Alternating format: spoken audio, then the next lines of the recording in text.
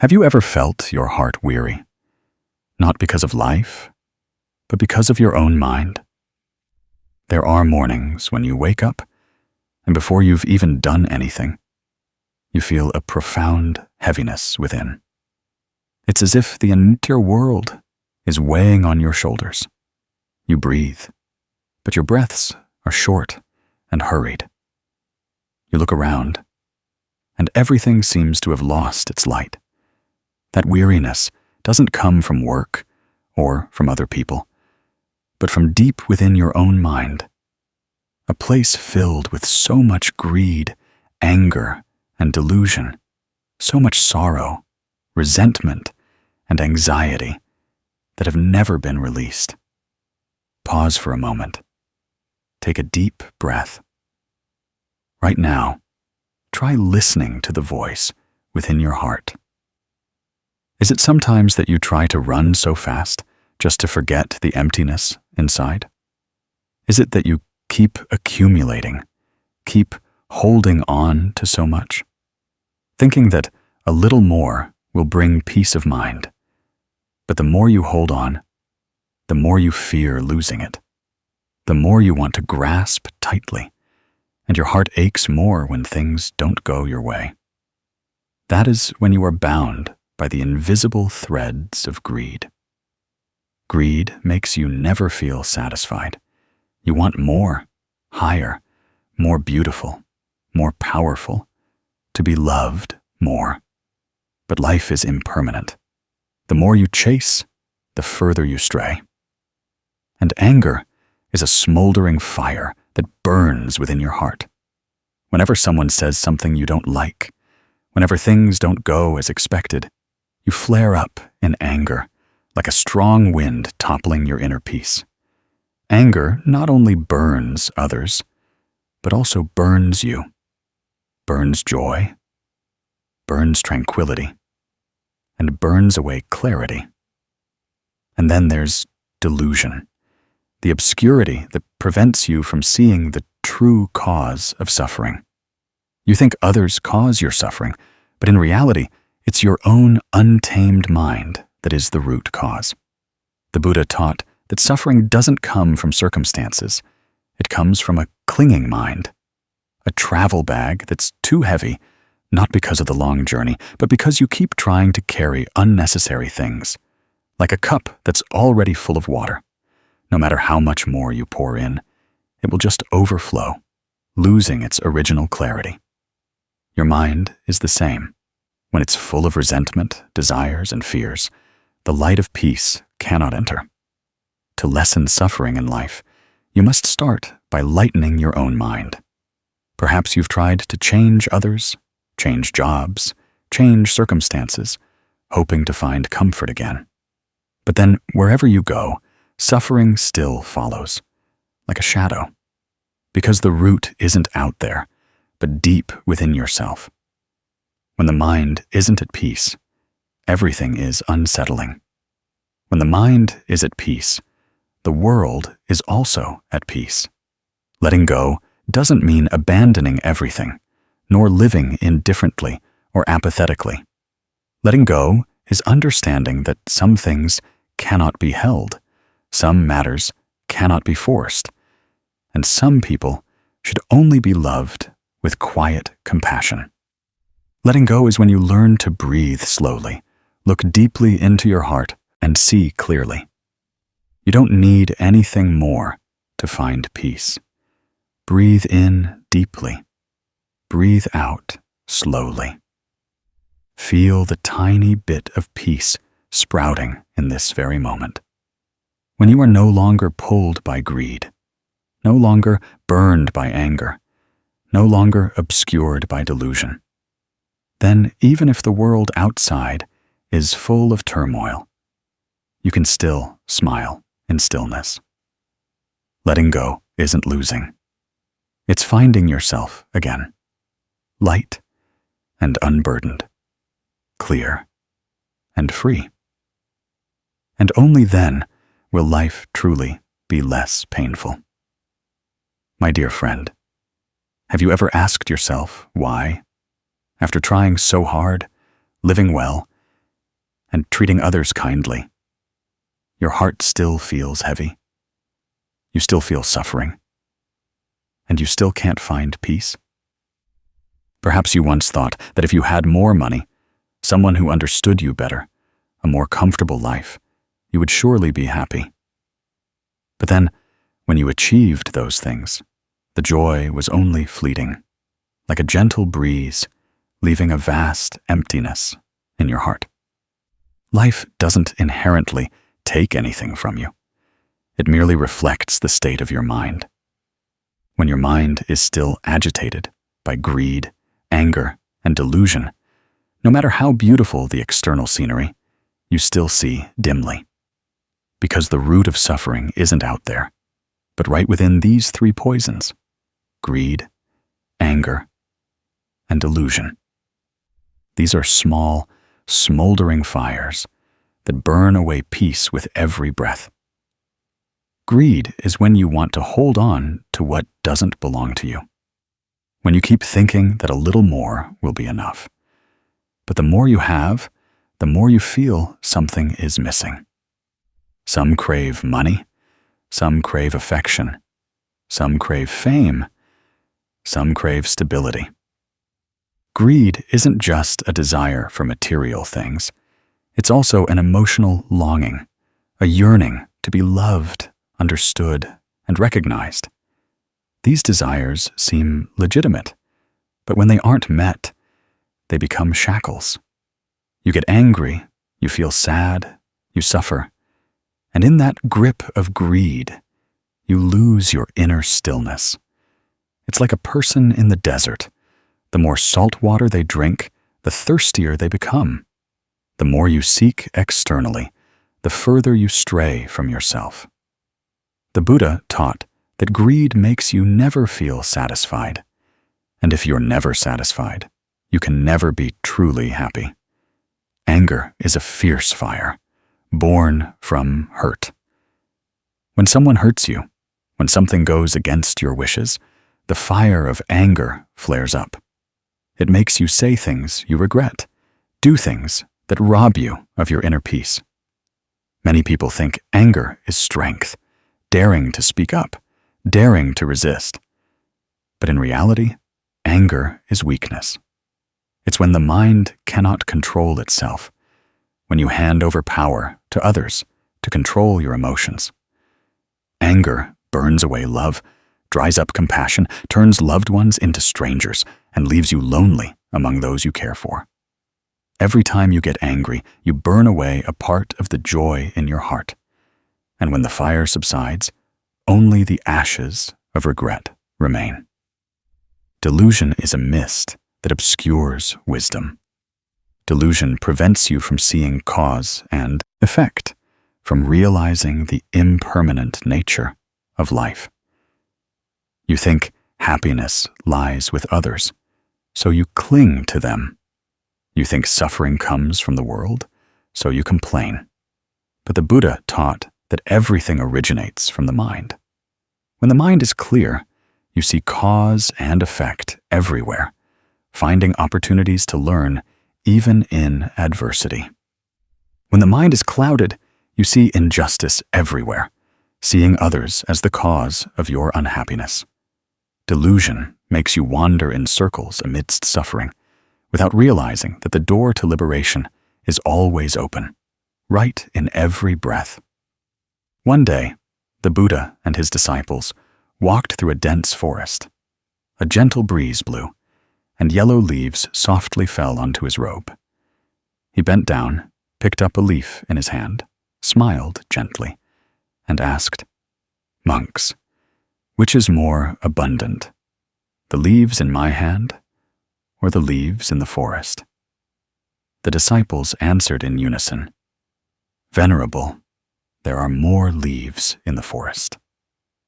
The Buddha nodded, his eyes bright like a still lake. He said, "What I know is like the leaves in the forest, but what I teach is only like the leaves in my hand. For only these things truly help people escape suffering." That simple yet profound statement is a reminder that wisdom isn't about knowing a lot, but about knowing what needs to be known and practicing what needs to be practiced. In life, you don't need to know every doctrine. Simply understanding and correctly practicing the word let go will naturally bring peace to the mind. You see, the Buddha didn't need to explain all the wondrous principles of the universe. He only kept one leaf, symbolizing the path of practice, the diligence in purifying the three poisons. Because wisdom isn't in knowledge, but in the ability to look deeply within oneself. Understanding little but acting rightly is more valuable than understanding much but living wrongly. One who knows contentment finds enough, even with little. One who knows how to let go is free, even if poor. One who knows how to return to their true self is peaceful, even amidst a storm. The leaf in the Buddha's hand is also a reminder for us to re-examine our lives, to see how many useless leaves of greed, anger, and delusion we carry, without realizing that just one leaf of awakening is enough to illuminate the entire forest of the mind. I know that within you, there might be sufferings that no one understands. Perhaps you are angry with a loved one, a friend, someone you once loved deeply. Perhaps you feel inadequate, feel inferior, feel that you haven't lived the life you wanted. But my friend, slow down your breath. Look deeply into your heart. Every time you suffer, it's because you are resisting the truth.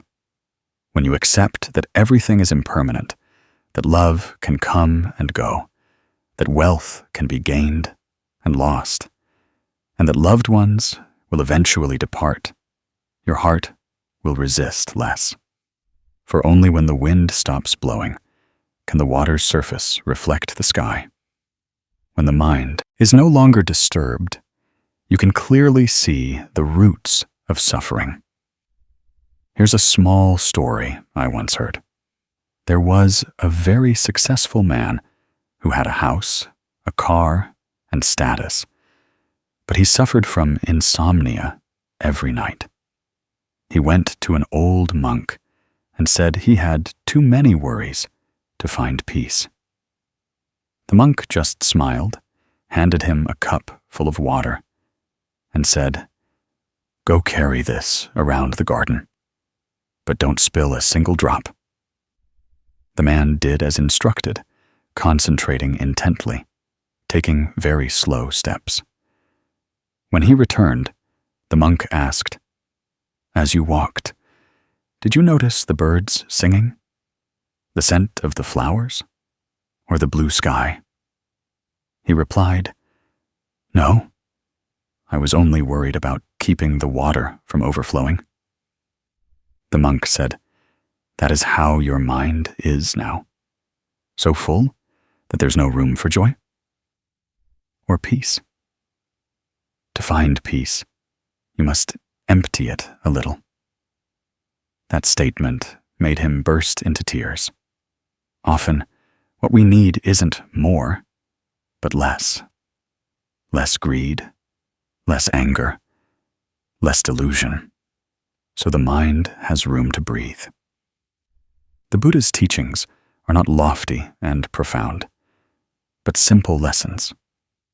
Greed blinds you with desires.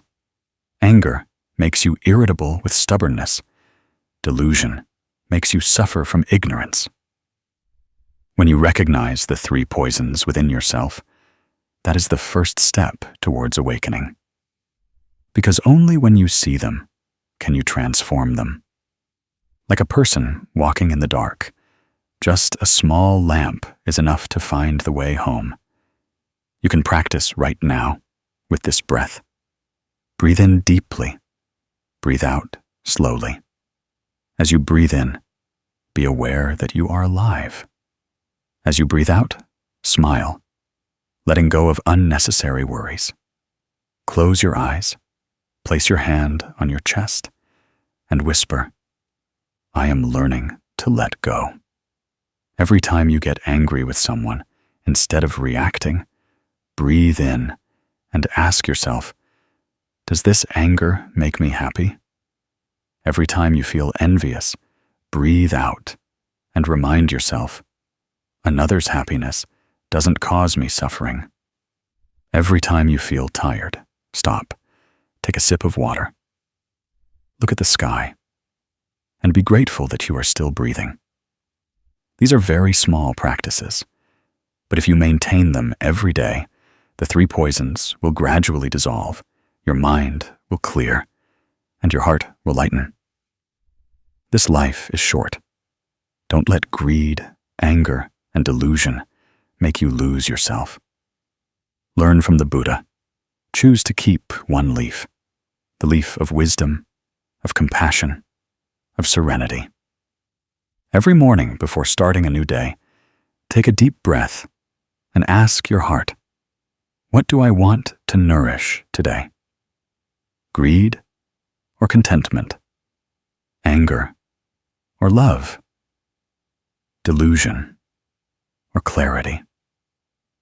The answer will determine your entire day and even your entire life. I wish that in this very moment you find stillness within yourself. Even if there are many challenges outside, as long as you know how to return to yourself, know how to look deeply, know how to breathe, peace has never gone anywhere. It is still there, in every breath, in every heartbeat, in every leaf that gently falls by the eaves. When you can let go of the 3 poisons, life will be less painful.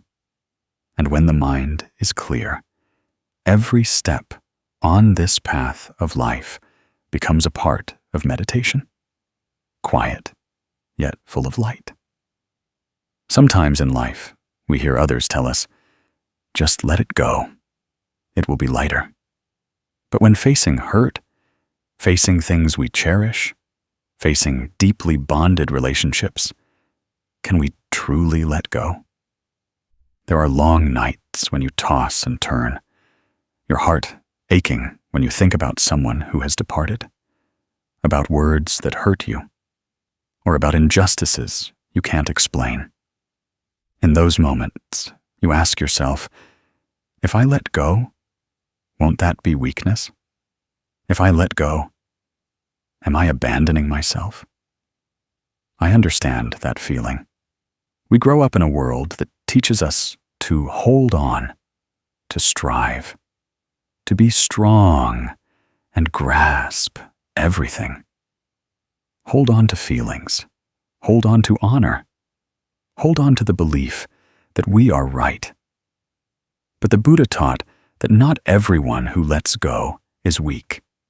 It is truly the one who dares to let go that is strong. Because letting go isn't abandoning life, but abandoning the ego that is causing you suffering. Letting go isn't denial, but a clear understanding of the impermanent nature of all phenomena, so that the mind is no longer bound by things that are inherently subject to change. In the scriptures, there is a story about a monk named Min Tam. He had great aspiration for spiritual practice. Every day, he would eat only 1 bean, meditate under the scorching sun, and sleep on a cold stone slab. He believed that asceticism would help him quickly attain enlightenment and become a Buddha.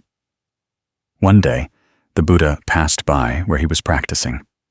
Seeing him thin and haggard, his eyes gleamed with the pride of his diligence. The Buddha gently asked, "My son, have you let go of everything?" Min Tam clasped his hands and replied, "Venerable, I have let go of everything.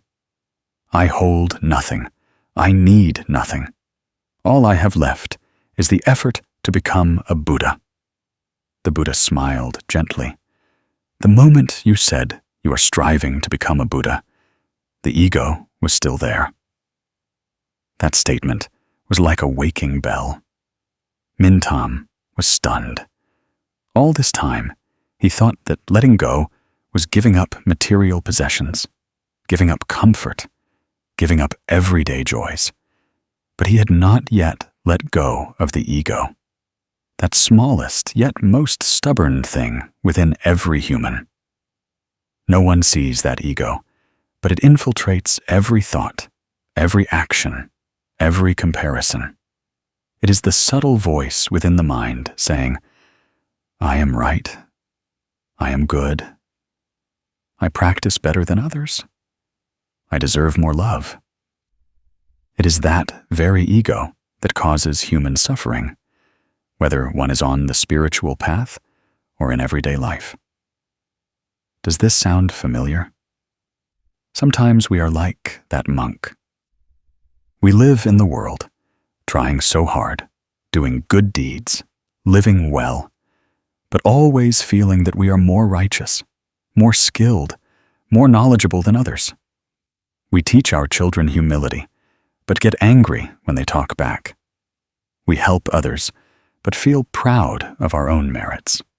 We pray for peace, but want heaven and the Torah, Buddha, to follow our will. If we look deeply, all these things stem from a single root cause, the ego. The ego is the root cause of all suffering. When someone praises, the ego rejoices. When someone criticizes, the ego flares up. When loved, the ego blossoms. When abandoned, the ego is hurt. The ego wants to hold on to beautiful things, wants to eliminate bad things, wants others to see us as we wish to be seen.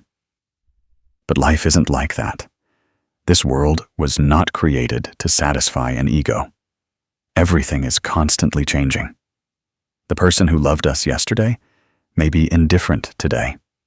The work that was smooth today may be challenging tomorrow. If the mind still clings to the ego, you will always live in disappointment and unease. The Buddha taught that as long as there is ego clinging, people cannot see the true nature of life. The ego is like a veiled curtain obscuring the light of wisdom. When you believe I am the center, you forget that everything is a combination of causes and conditions. Nothing truly belongs to me. This body, this breath, this thought, all arise and cease due to causes and conditions. Even the name I is merely a concept. Understanding that is when you can truly let go. My dear friend, how many times in life have you tried to prove you were right, only to feel exhausted in the end? How many times have you refused to apologize, even knowing you had hurt someone, just for fear of losing face? How many times have you suffered in silence, not out of compassion, but because your pride wouldn't allow you to humble yourself? Each time, the ego grows a little larger, like a spoiled child, becoming more demanding. And the more we indulge it, the more we suffer. Letting go of the ego isn't losing yourself. On the contrary, that is when you find yourself in your purest essence, where there is no longer comparison, no longer contention, no longer competition. When the ego shrinks, compassion grows. When the ego silences, wisdom shines. When you no longer try to prove yourself, you begin to truly understand. Understand others, understand cause and effect, understand life. That is not weakness, but wisdom. Not giving up, but maturing. Not subservience, but courage. Courage to face yourself, to let go of the pride that has nourished suffering within you for so many years. I remember a woman once confided that she had spent almost half her life trying to prove she was inferior to no one. She worked tirelessly, earning money, building a house, buying a car, raising successful children. But then, during a serious illness, lying in a hospital bed, she looked up at the ceiling and burst into tears. She said, "I'm tired." I realized that all these years I haven't lived for myself, but for the ego within me. It told me I had to be better, to be good, to be recognized. But when this body weakens, those things no longer hold meaning. From that day, she began to practice letting go. Not letting go of responsibility, but letting go of pressure. Not letting go of love, but letting go of expectations. And miraculously, when she let go, her heart felt light, as if she had just put down a heavy backpack that she had carried for so long. The Buddha once said, "No one can make you suffer but yourself." This statement sounds simple, but holds a profound truth. When you are still controlled by the ego, you will always feel hurt by others' words, glances, or actions. But when you clearly see that others are merely mirrors reflecting yourself, you will no longer blame them. You will learn to smile, understanding that everyone is on their own path, carrying their own pains, learning their own lessons. Letting go of the ego means opening your heart to life, to all differences, to the imperfections of the world. Now, let's practice a small thing together. Take a deep breath. As you breathe in, be aware that you are alive, that you have an opportunity to renew yourself. As you breathe out, release something that causes you pain. Perhaps a word, a memory, a hurt. Let your breath carry it away, just as the wind carries falling leaves back to the earth. Repeat 3 times, and you will feel your heart soften. Letting go doesn't have to be grand. It just needs slow breaths, small moments of awareness. Each time you let go, you move a little closer to peace. Letting go doesn't mean you have to quit your job, leave people, or abandon responsibilities. Letting go is when you do everything with a mind free of attachment. Do your best wholeheartedly, but without waiting for results. Love with all your heart, but without clinging. Live fully in every moment, but without letting the past or future bind you. When you can live like that, even if life changes, you will remain at ease. Whether others praise or criticize, you will be at peace. Whether you succeed or fail, you will still smile. That is true freedom. Freedom from yourself. Letting go of the ego is letting go of suffering at its root. Because suffering only arises when you still see yourself as the center. Once you understand that, you will feel a great lightness in your heart. No need to contend, no need to be superior, no need to prove anything. Just live sincerely, compassionately, gratefully, and mindfully. Because when the mind is no longer dominated by the ego, every action becomes virtuous. Every word is a blessing. Every thought is a seed of peace. I wish that every day you learn to breathe a little slower, listen a little more, and smile a little gentler. For that is how you practice letting go. And when you let go, you lose nothing. You are simply returning to your own bright, kind, and free self. Let today be the day you begin to be gentler with yourself. Letting go isn't weakness. Letting go is understanding life. And when you understand life, you will no longer suffer. My dear friend, have you ever felt so tired that you just wanted to let go of everything? Have you ever felt your heart heavy? Not from work, not from someone hurting you, but from the incessant thoughts in your head that refuse to stop? You try to understand, to prove things, tell others that you are right, that you are good, that you are valuable. But the more you try, the more tired you feel, like someone trying to pour more water into an already full cup. The water overflows and wets the table, yet the thirst remains unquenched. Life is sometimes like that, isn't it? We carry too many things within us: prejudices, fears, unhealed wounds, and even what we believe to be correct knowledge. But the more we carry, the heavier our hearts feel. Only when we know how to let go, how to allow our mind to be empty, can peace find a place to enter. In the Dhammapada, the Buddha taught that just as a tilted vase easily receives water, a humble mind easily receives the Dharma. People in the world always want to display what they know, so who dares to be empty? We like to know things, like to be better than others, like to talk more than listen, like to be recognized more than to empathize. But the philosophy of the Buddha is entirely contrary. A wise person is one who knows they know nothing. A practitioner is one who doesn't carry more, but only lets go. If life is always about trying to prove ourselves, we will never see the truth. There is a beautiful story I want to tell you. It's about a famous scholar named Tran Vin. He was learned in the scriptures, sharp in logic, and respected by many. One day, having heard of an enlightened Zen master, he sought him out for guidance on the Dharma.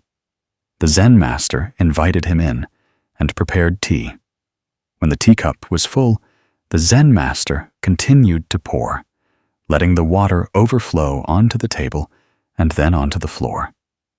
Tran Vin was startled and exclaimed, "Master, the cup is full.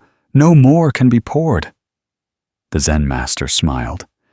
"Just like your mind, it's already full of knowledge, full of arrogance. How can it hold any more wisdom?" That statement was like thunder in a clear sky. The scholar remained silent for a long time. He realized that all this time he thought he was learning the Dharma, but in reality, he was showing off his ego. That story seems simple, but is a mirror reflecting the minds of so many of us today. When others offer feedback, we immediately react, "I know." When someone points out a mistake, we quickly justify ourselves. When life teaches us a lesson, we blame heaven and others, never looking back at ourselves. Our minds are like that full cup, and even the wondrous Dharma cannot be poured in. Because the path, Dharma, cannot be found through intellect, but only perceived through humility and stillness. Do you notice that the older we get, the harder it is to learn new things? It's not because our memory declines, but because we are already full of old beliefs, of notions of right and wrong that are no longer suitable. Just like a full cup of water, to drink more, you must pour some out. The human mind is the same. To have wisdom, you must know how to broaden your mind. To have peace, you must know how to let go of prejudices. To have love, you must know how to listen without judgment. The Buddha taught that all suffering originates from attachment. Attachment to what we know. Attachment to our own sense of rightness. Attachment to fame, status, or even seemingly trivial things. Some carry resentment throughout their lives just because of an unpleasant word. Some suffer because they keep trying to prove they're better than someone else. But my friend, all acts of proving are manifestations of insecurity. A truly peaceful person doesn't need to speak much. A truly knowledgeable person doesn't need to argue. When the mind is empty, the winds of life just gently pass through. When the mind is full, even a small word is enough to stir you. You can try looking back at your day. How many times did you lose your temper because someone didn't understand you? How many times did you feel tired just from trying to explain to others that you were right? How many times were you hurt because you weren't recognized? If so, that is when the cup within you is full. And what you need isn't to pour more in, but to let go of some. Let go of expectations. Let go of competition. Let go of the need to be right. Then you will see life become as light as a cloud. Because when the mind doesn't reflect too much, everything becomes transparent. Many ask me, how can one learn to lighten their heart amidst a world full of pressure? I often say, start by learning to be ayut, not silent to endure, but silent to listen. When you truly listen, you will see that others are not as hateful as you thought. You will see that everyone is suffering in their own way. And from that, compassion will open up. One who knows how to listen is emptying their cup. One who knows how to bow their head is opening the door to wisdom. Because only when we are empty can the Dharma enter. One who knows they are still ignorant is already taking the first steps on the path to enlightenment. There's a small practice you can do right now. Sit still, place your hand on your chest, and take a deep breath. As you breathe in, feel the air entering your heart, soothing worries. As you breathe out, imagine you are releasing prejudices, competition, and things that weigh you down. Just a few minutes, and you will feel your heart lighten. That is how meditation teaches us to empty the cup of our minds. You can also try another way. Every time you feel you are about to say something to prove you are right, pause for a breath and ask yourself, am I saying this to help others understand or just to protect my ego? If it's the latter, smile and be silent. That is not weakness. That is the strength of one who understands the path. One who lives with a light heart isn't ignorant, but knows enough. No need to be the smartest, just the most peaceful. No need to prove you are right. Just live rightly. Just like a teacup, only when it is empty can it receive new flavors. Letting go of the ego doesn't mean abandoning all dreams, not striving, but doing whatever you do with a peaceful mind, with humility, knowing you are just a very small part of this vast universe. When the mind is empty, you will see everything that comes as a lesson. Those who praise us teach us humility. Those who criticize us teach us patience. Those who hurt us teach us to let go. Those who love us teach us gratitude. When you look at life with an empty mind, everything becomes Dharma. Before sleeping in the evening, you can sit still and ask yourself, what did I pour into my cup today? Was it resentment or gratitude, clinging or understanding? If you find the cup full, know how to empty it a little, with an apology, with a breath, or just with a releasing smile. My dear friend, life is short. Don't waste time arguing over right and wrong. Don't let your mind be cluttered by trivial things. When you are truly empty, you will feel the wind blowing through your mind, cool and fresh, like a summer rain soothing the scorching heat. And then you will understand the Zen master's teaching. When the mind is empty, the Dharma naturally fills it. So every day, try to live like a cup of tea that is just right, knowing when to stop, knowing how to listen, knowing how to smile. When your heart lightens, the world around you also becomes gentler. You don't need to defeat anyone, don't need to be superior to anyone. Conquering the arrogance within yourself is the greatest victory.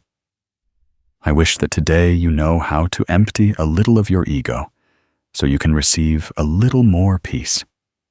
I wish that every morning when you wake up, you can smile and say, I am enough, because in contentment lies peace.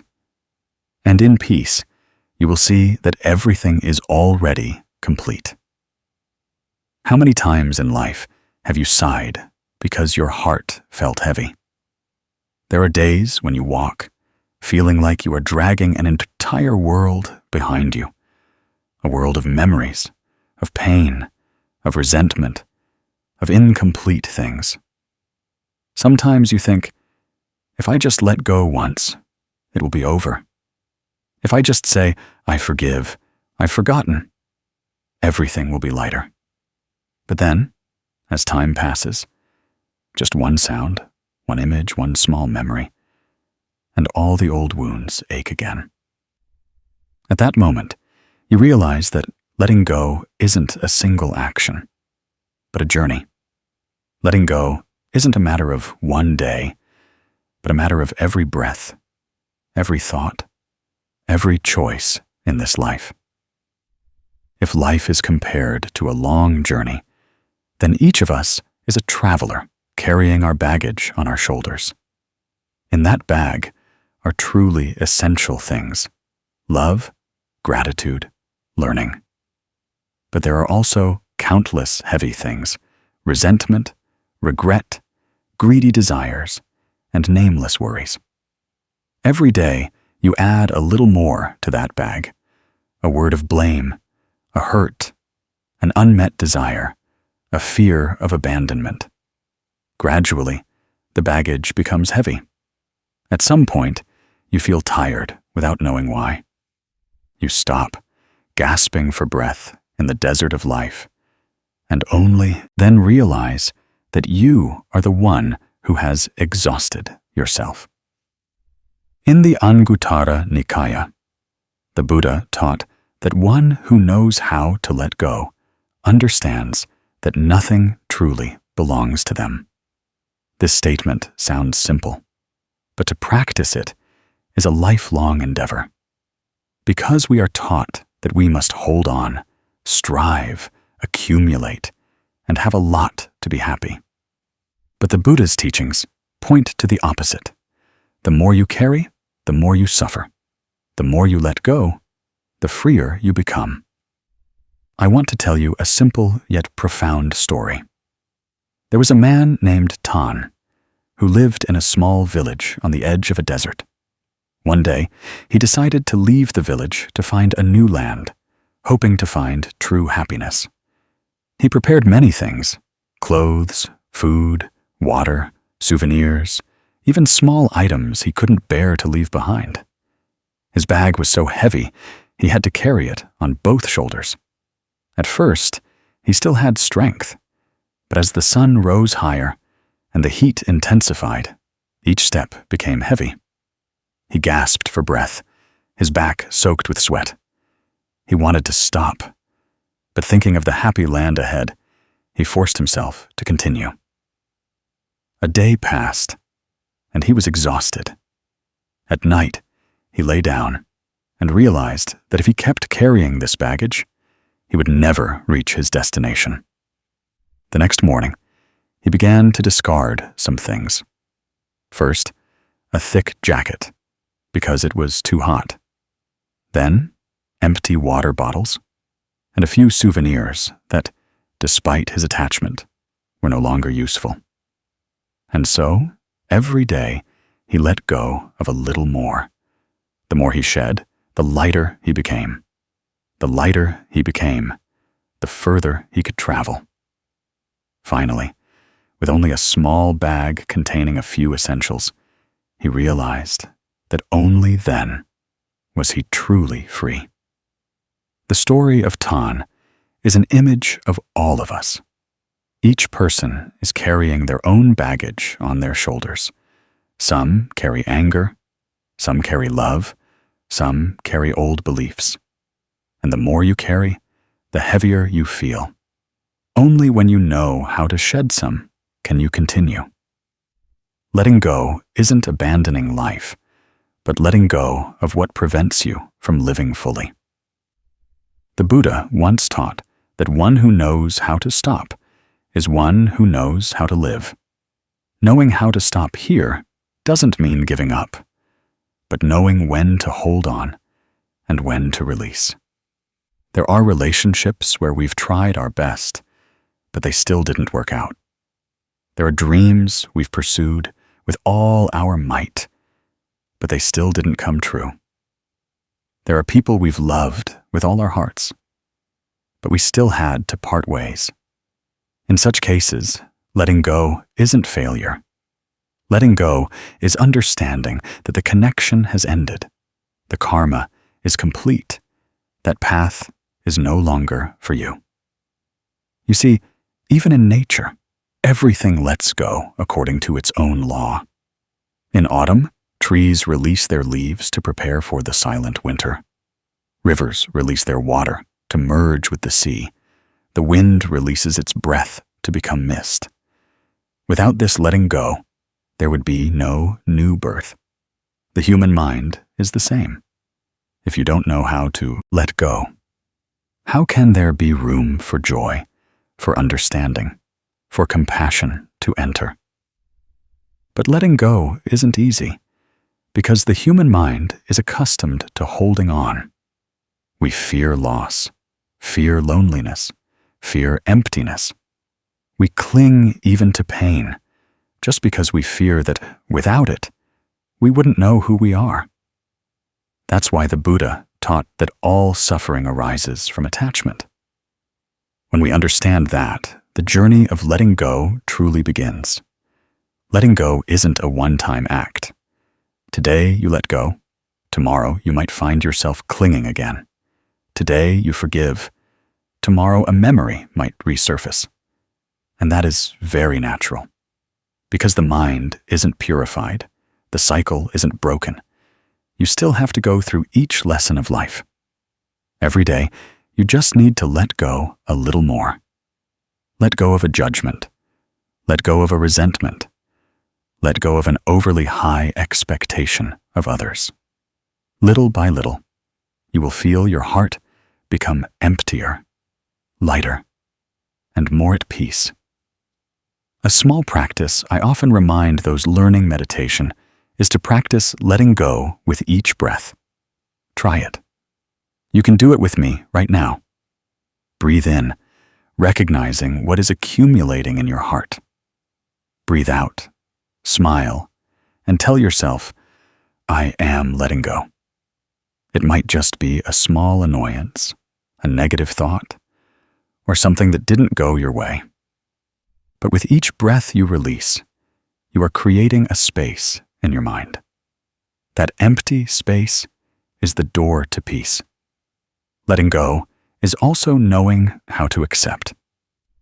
When you cannot change others, learn to accept them as they are. When you cannot change circumstances, learn to be calm with them. When you cannot control outcomes, just do your best and then smile. Because ultimately, everything is impermanent. Today, it's one way. Tomorrow, it's different. Knowing how to let go is knowing how to flow with the stream of causes and conditions. In modern life, we often forget that. Every day, we strain ourselves with work, with responsibilities, with self-imposed standards. We forget that sometimes slowing down a little, letting go of some expectations, is enough to find happiness right here, in the present moment. A cool evening breeze, a simple meal, a friend who knows how to listen. These seemingly small things are actually great joys if we know how to see them with a mind of letting go. I remember once a woman came to the temple in tears. She said she had tried her best for her family, her children, her husband, but in the end, she was betrayed. She felt so much pain that she wanted to abandon everything. I listened and asked, "If you let go, what will you let go of?" She was silent. A long moment later, she said, "Perhaps I must let go of resentment." I smiled and said, "Letting go of resentment isn't for others to be at peace, but for you to be free." A year later, she returned, still the same woman, but her eyes were different. She said, "I still feel pain, but I no longer resent."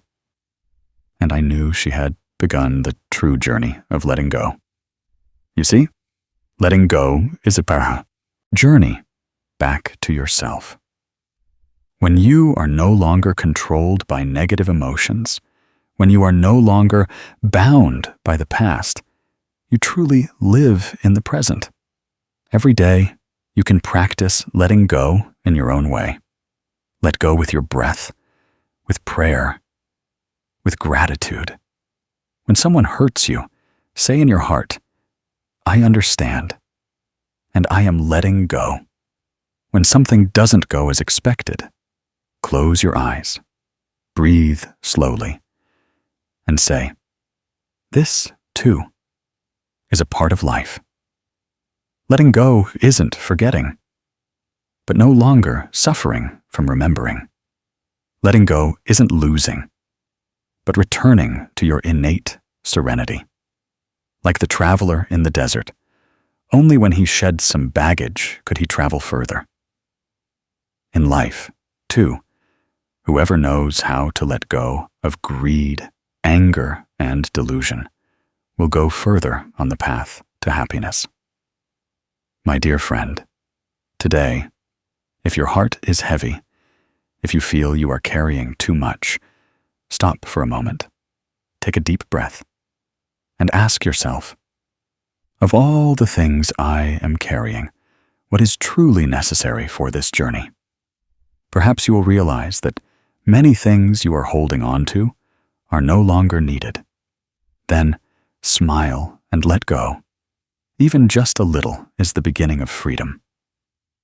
My dear friend, have you ever felt that life is like an ceaselessly flowing river, carrying away the things we once loved, without warning? There are days when we wake up, look around an empty room, see a familiar chair now vacant, laughter receding into the past, and our hearts sink, heavy with sorrow.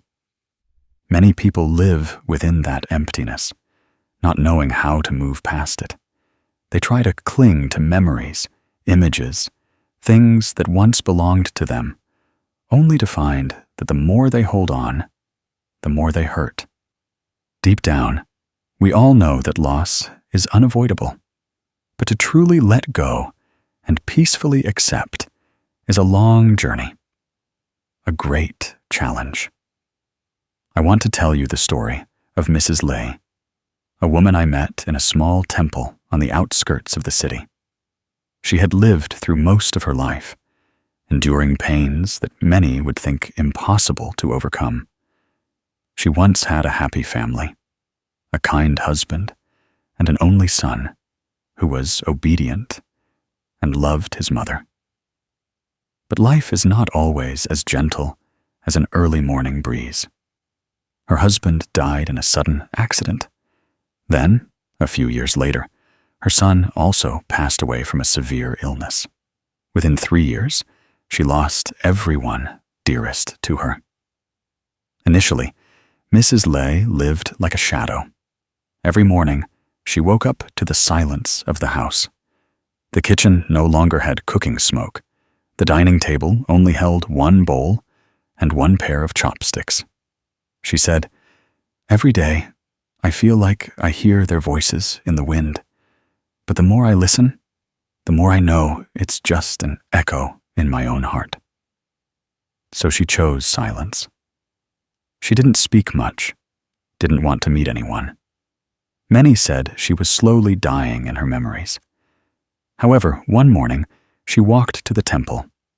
No one invited her, and no one took her. She said that day it was raining, and she saw a woman selling incense by the roadside, sitting under a small umbrella, quietly chanting the Buddha's name amidst the cold wind. Mrs. Lay looked at that image, and tears naturally fell. She understood that perhaps she should seek refuge for her soul. From then on, every morning she went to the temple early, sat by the garden, brewed a cup of hot tea, and watched the steam rise. At first, it was just a habit, but gradually it became a meditative ritual.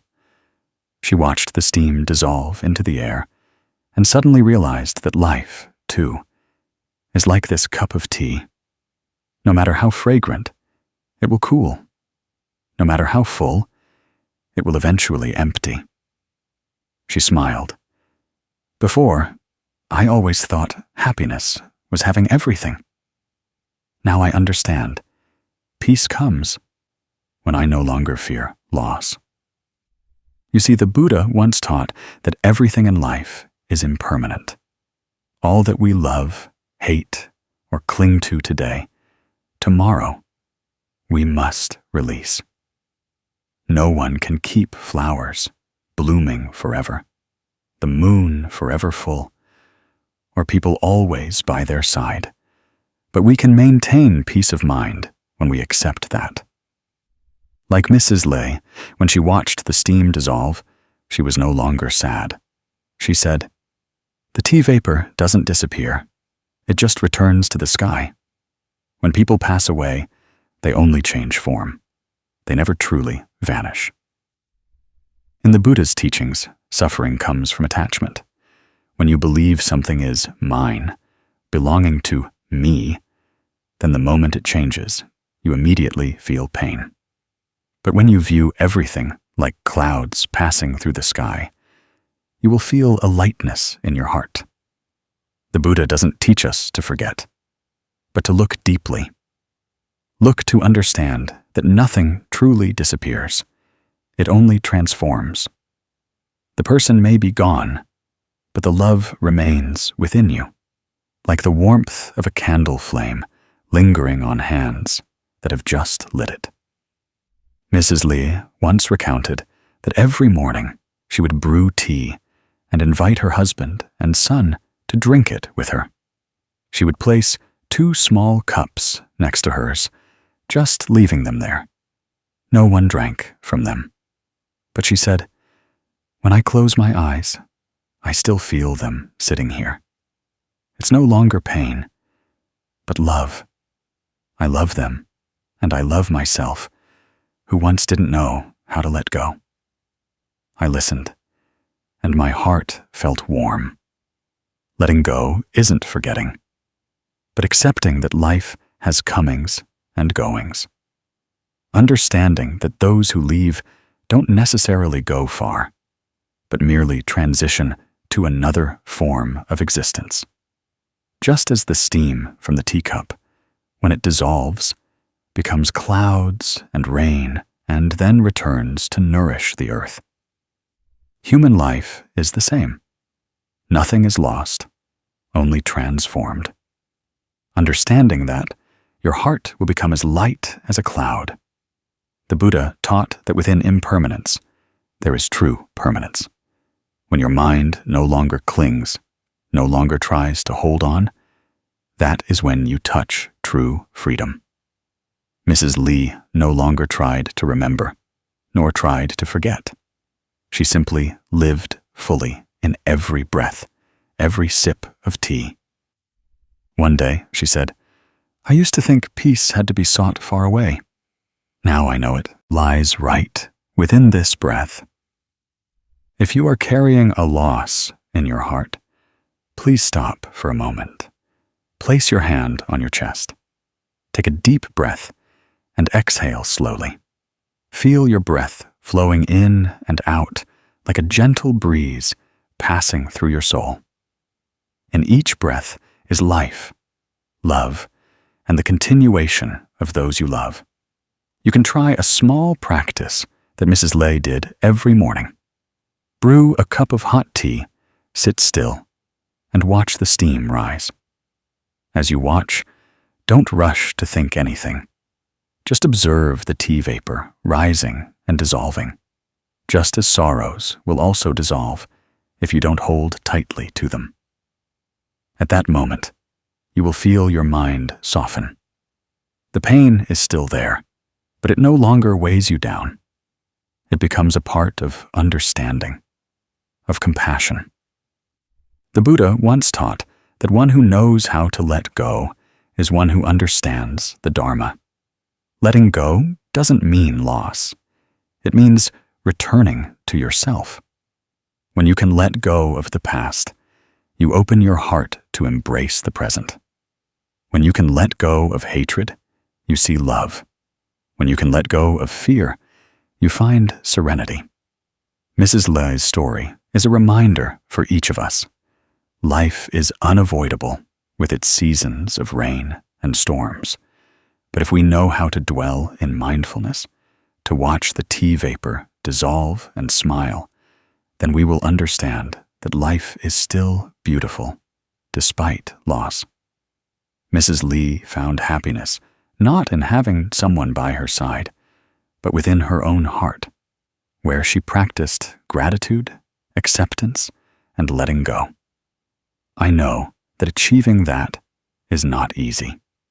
Sometimes we need a lot of time, need to cry a lot, need to sit for a long time in silence. But as long as you don't give up, as long as you know how to return to your breath, you will see, little by little, the pain dissolve like morning mist in the sunlight. Letting go is the art of the soul. Every day, try to let go of a small thing, a word of blame, a sad memory, an unfulfilled desire. Little by little, you will feel your heart lighten, and life will become more peaceful. I want to send you a wish for peace. If today you are experiencing loss, please believe that within every loss, a new seed of life is hidden. Let pain soften your heart, but don't let it harden your soul. Let every cup of tea, every breath be a reminder that all things will pass. Only compassion and understanding remain. My friend, serenity comes not from what we have, but from what we know how to let go of. When we stop clinging, stop holding on, our mind will be clear, like a calm lake.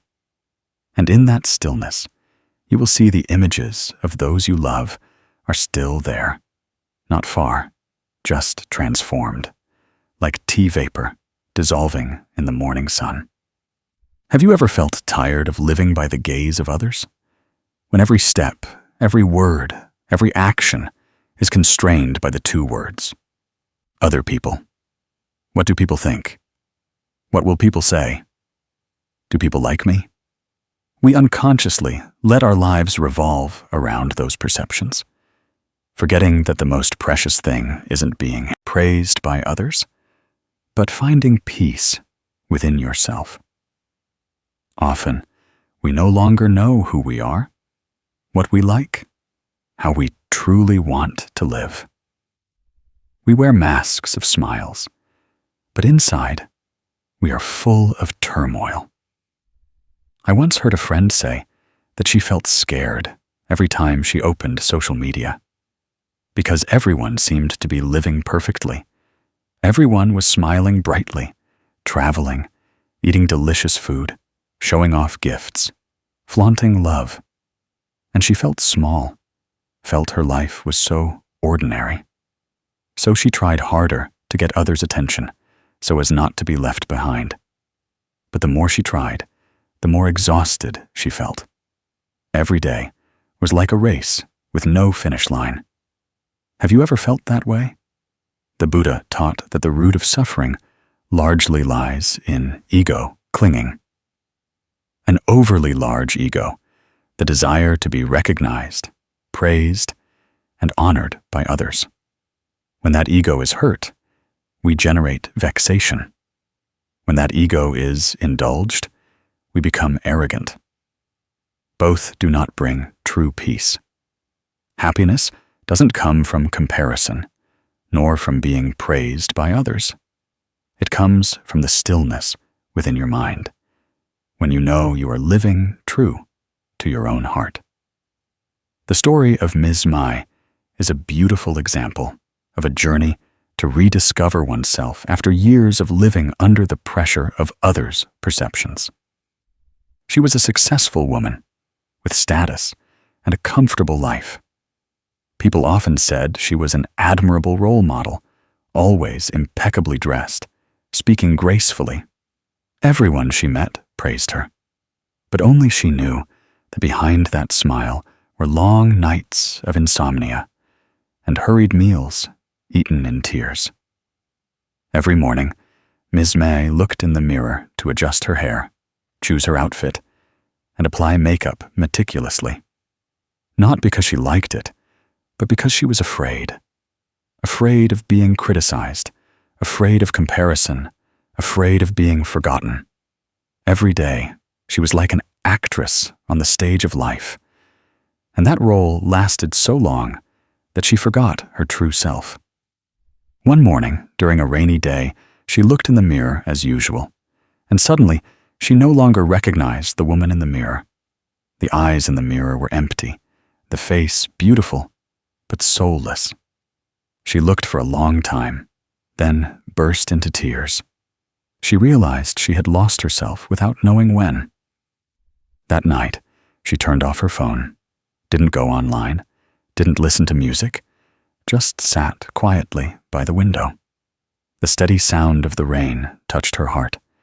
She remembered her childhood, remembered the little girl who loved to draw, loved to cook, loved to laugh, carefree, without needing anyone's praise. Where was she now? That question left her silent. For the first time in many years, she realized she had lived to please the world, forgetting what her own heart truly needed. The next morning, she decided to take some time off work and visit her mother in the countryside. The small garden in front of the house was still as green as ever. Her mother still brewed tea in the old kettle, still sat on the bamboo chair, watching the morning sun. She sat down next to her mother, and for the first time in many years, she felt like she could breathe easily. Her mother asked, "Are you tired, my child?" She nodded, tears falling. Her mother just smiled gently. "You're tired because you're carrying too many unnecessary things. When you were little, you didn't need anyone's praise and still smiled all day, didn't you?" That night, Ms. Mai lay listening to the insects. The wind hummed her own breath. She suddenly realized that peace isn't about having a lot, but about having enough to feel content. She began to slow down her life, letting go of flashy things. She dressed more simply, ate what she liked, and did things she loved, no matter how small. She started writing again, drawing, planting trees. Every morning, she brewed a cup of tea and looked in the mirror. But this time, she smiled genuinely. The person in the mirror was herself again, a free and serene woman. You see, when we stop trying to prove ourselves, when we stop comparing ourselves, we truly live. The Buddha taught that one who understands non-self, anatta, achieves freedom. Non-self isn't about not having a self, but about not being controlled by the ego. Only when you don't need others to validate you do you see your true worth. True beauty isn't in makeup, but in a pure soul. True success isn't in glory, but an inner peace. In the Dhammapada, the Buddha taught, conquering 1,000 armies is not as great as conquering oneself. That statement is a reminder that conquering greed, anger, delusion, conquering the need to prove oneself, that is the true victory. One who knows themselves, lives for themselves, not chasing praise or blame, that is a truly free person. You can try a small practice every day. Before leaving the house, look in the mirror and ask, today, who do I want to live for? If the answer is for others, stop. Take a deep breath. Breathe in, knowing you are alive. Breathe out. Smile at yourself. Then whisper, I am enough. I don't need to prove anything anymore. Repeat that every day, and you will feel your heart lighten and your smile become more natural. The Buddha taught that life is a mirror. When your mind is at peace, everything external will also be at peace. When your mind is troubled, the world around you is also troubled. Therefore, to find peace, there's no need to go far. Just turn inward and reflect on yourself. Listen to your heart, because only it knows what you truly need. Letting go here isn't abandoning the world, but abandoning the pressure to please the world. Letting go is accepting that no one can please everyone. Letting go is the courage to live authentically, even if it makes others misunderstand. When you dare to be yourself, you no longer fear the judgment of others. Someone once asked the Buddha, how do I know I am living rightly? The Buddha smiled. When your heart is no longer torn, when you feel at peace with every breath, that is living rightly. The answer is simple, yet profoundly deep. You can try a quiet morning. Sit down, breathe in deeply, breathe out slowly. Observe all emotions as they come and go. Let worries gradually dissolve like clouds in the sky. Let your mind return to your breath, return to the present. Every time you breathe consciously, that is when you are returning to yourself. If you have lived too long according to others' expectations, start with the smallest thing. Live one day for yourself. Do one thing that makes you happy, whether it's brewing tea, watering plants, or simply sitting and listening to music. Let your heart rest. Let your soul be free from comparison. And then, one day, you will look in the mirror and see a different person. Not perfect, but peaceful.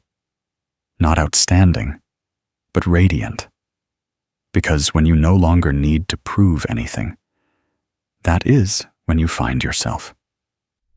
Fat Phap Lin Ung hopes that you will have the courage to live authentically, to let go of the invisible pressures that bind you. Remember, no one is born to live someone else's life. Happiness isn't in being applauded, but in being able to smile peacefully when you look at yourself. My friend, letting go is returning. Letting go of others' expectations, letting go of the image we tried to build, to meet the simple, gentle, pure person that inherently exists within us. Then we will understand that happiness has never been far away. It has always been in this very breath, in this genuine smile, in the moment you say, I am enough.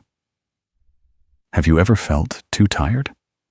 Tired not just from work, not just from the worries of daily life, but a deeper weariness, weariness in the mind. That weariness isn't in your hands, but in your chest, not in your feet, but in your incessant, rushing thoughts. There are days when you just want to sit still for a moment, but your heart remains restless. You close your eyes, but your mind still races with countless old and new matters, gains and losses, victories and defeats. You wish for a truly peaceful place to rest. But peace isn't found anywhere else because it resides within your own heart. The Buddha taught that some suffer because they don't know how to stop, don't know how to stop to breathe, to look back, to see that everything they're trying to hold on to is changing every minute. It's like a river. The more you try to cup water in your hands, the faster it slips away. Meditation is the moment you stop, no longer scooping water, but simply sitting by the bank, quietly watching the flow. Just that. But that is the first step of letting go. When you sit down, just let your shoulders relax. Loosen your breath. Place your hand on your chest and feel each exhalation. As you breathe in and out, you will feel everything slow down. Time no longer chases you. Worries gently dissipate like mist in the sun. Meditation doesn't demand that you become someone else. It doesn't require you to strive, nor does it ask you to leave the world. Meditation only wants you to return. Return to your own breath, where you are already enough. Long ago, the Buddha taught that among thousands of dharma gates, the breath is the boat that carries the mind to the shore of peace. The breath has been with us since birth, still with us every second, yet few realize that it is a priceless treasure. When your mind is agitated, your breath becomes hurried. When your mind is still, your breath becomes light and gentle. Therefore, to find peace of mind, start with the breath. I remember a very simple yet profound story about Mr. Nam Bin, an old car mechanic in a small corner shop. He lived alone in a small, dilapidated house with nothing valuable in his hands but a few old clothes and a worn wooden chair. Every day he painstakingly fixed cars, sometimes not even charging the poor. Anyone who looked at him would say, "His life is hard." But strangely, he always wore a gentle smile, his eyes clear and light, like someone with nothing to worry about. People asked him, "Mr. Nam, why are you always so cheerful? Your life is so hard, yet you always smile." He just smiled, then stopped his work, closed his eyes, took a deep breath, and exhaled slowly. "I have no riches. Only this breath is my most precious possession," he said softly, like the wind. But those who heard him were silent.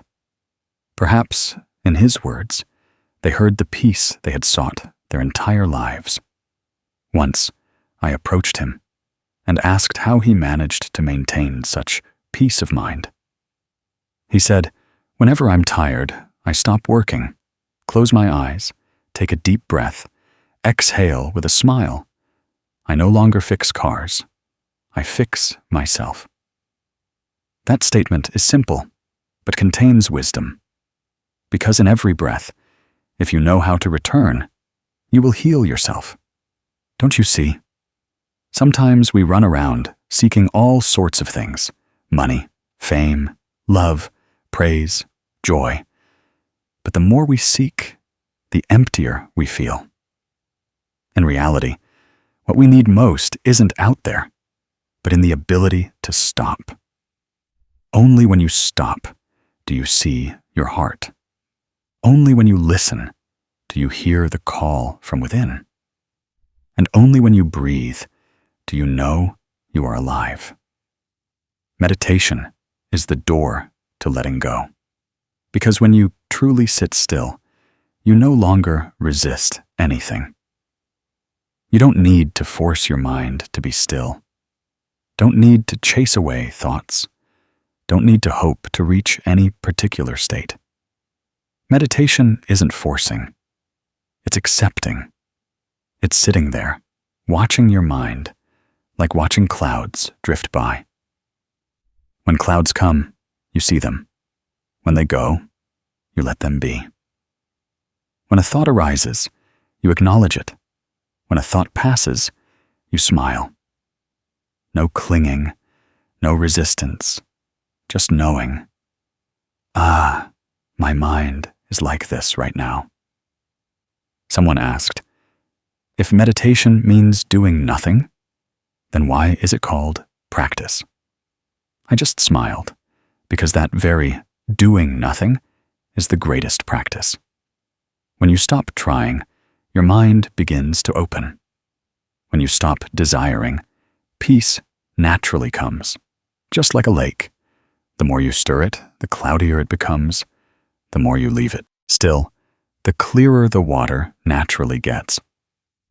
In the Satipatthana Sutta, the Buddha taught, a practitioner dwells contemplating the body in the body, ardent, clearly comprehending, and mindful, putting away covetousness and distress in the world. This means that a meditation practitioner only needs to return to the body, to the breath, to every sensation present, for greed, anger, and delusion to gradually dissolve. Meditation isn't escaping life, but seeing life more clearly. It's not turning your back on suffering, but looking at suffering with the light of mindfulness to understand and transform it. Please try it now, with me, just for 3 minutes, as a small gift to yourself. Sit still where you are, or lie down if you prefer. Close your eyes. Place your hand on your chest. Take a deep breath. Feel the cool, fresh air entering. Then breathe out slowly. Feel all worries gradually dissolve with the breath. As you breathe in, you know you are breathing in. As you breathe out, you know you are breathing out. No striving, no hoping to achieve anything. Just you and this breath. Let your breath guide you back. Breathe in deeply. Breathe out slowly. Release everything. Each inhalation is a renewal. Each exhalation is a letting go. The breath is the bridge connecting body and mind between the noisy external life and the inner stillness. When you breathe with a grateful heart, each breath becomes a thank you. When you breathe with a compassionate heart, each breath becomes a stream of water, washing away sorrow. Someone said, I meditate, but I still worry. I still suffer. In reality, that's very natural. Because meditation isn't a miracle that instantly ends all suffering. Meditation is merely a mirror that helps you clearly see how you are suffering, so that from there, you know how to embrace and release it. When you sit still, your mind will begin to speak. It speaks through images, through memories, through fears, through anger. Don't be afraid of these things. They are just forgotten children in your soul, seeking to be heard by you. And when you are gentle enough to sit still, those children will stop crying. Those sorrows will dissolve like mist meeting the sun. You will feel a lightness sprouting within you, the feeling of being alive without needing to strive to live. Then you will understand why people say, meditation doesn't lead you anywhere. It only brings you back to where you truly belong. Letting go doesn't mean giving up, but stopping the tight grip. When you meditate, you don't abandon life. You only abandon the mind that wants to control life. When you meditate, You don't abandon people. You only abandon attachment to people. When you meditate, you don't abandon suffering. You only abandon the mistaken view of suffering. Just like Mr. Nam Bin, he didn't abandon his difficult life. He just lived within it with mindful breath. And because of that, he became the richest person in the world, rich in inner peace. You can start meditating with very small things. When washing dishes, just wash dishes. When drinking water, just drink water. When walking, be aware of each step. When speaking, be aware that you are speaking. Meditation is living fully in every moment, seeing life with clear, non-judgmental eyes. Every morning before work, you can sit for 3 minutes just to breathe. Those 3 minutes will be a seed of peace for the entire long day. And every night before sleeping, take a deep, gentle breath. Exhale with everything that is past and whisper, "I am letting go. That is enough." Meditation isn't about becoming someone better. It's about being yourself, returning to the home of your mind where you can dwell in peace without needing to prove anything, without needing to strive. In meditation, you will find that even if the world spins on, you still have a peaceful place within that no one can touch. That is the door to letting go, opened by breath, by mindfulness, by gratitude for every living moment. Today, if you can, give yourself a pause. Just 3 minutes. Do nothing. Just breathe. Breathe in deeply. Breathe out slowly. Release everything. Trust that when you let go, you lose nothing. You are simply opening your hands to receive the peace that has been waiting for you all this time. My dear friend, have you ever thought that if you could go anywhere, do anything you wanted, then you would truly be free? Perhaps you've dreamed of a day when no one would stop you. No job would bind you. No one would bother you. So you could live for yourself. But then there are days when, even though no one interferes, no one forces you, you still feel tired, still feel restless. Because there is a most subtle kind of chain that humans put on themselves, the chains of the mind. You are not locked in a room, but your mind is locked in the past. No one ties you down, but feelings of anger, regret, and fear bind you tightly. Some say freedom is living as you please, but the Buddha taught that true freedom isn't doing whatever you want, but having a mind not bound by those very desires. When the mind is led astray by greed, anger, and delusion, you think you are free. But in reality, you are being manipulated. A greedy person is not free because money controls their emotions. An angry person is not free because anger makes them lose their reason. A deluded person is not free because they see life through a veil of illusion and cannot see the truth. True freedom is when you can live amidst countless constraints, yet your heart remains unburdened. I remember one afternoon in the small garden behind the temple, leaves began to fall. A young boy named An sat on the porch, watching a leaf detach from its branch, twirl gracefully, and then gently touch the ground. He turned to his grandmother and asked, "Grandma, is the falling leaf sad?" She smiled gently, her eyes etched with the passage of time. "No, my child. The leaf falls because it knows leaving the branch is to return to, nourish the earth. And one day, it will transform into new, vibrant life." The boy pondered, then smiled, as if something within his heart had been released. His grandmother's answer wasn't just for the leaf, but for each of us. The leaf isn't sad because it understands impermanence, while humans suffer because they refuse to accept it. You see, life is an unceasing flow. Day turns to night, spring to summer, birth to death. Nothing is permanent. But we often want to keep beautiful things unchanged. We cling to loved ones, cling to emotions, memories, fame, status, and even things that no longer belong to us. That's why our minds become tired. We suffer not because we lose, but because we refuse to lose.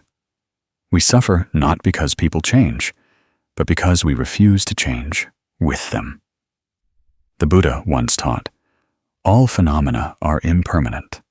When the mind doesn't cling, it is free.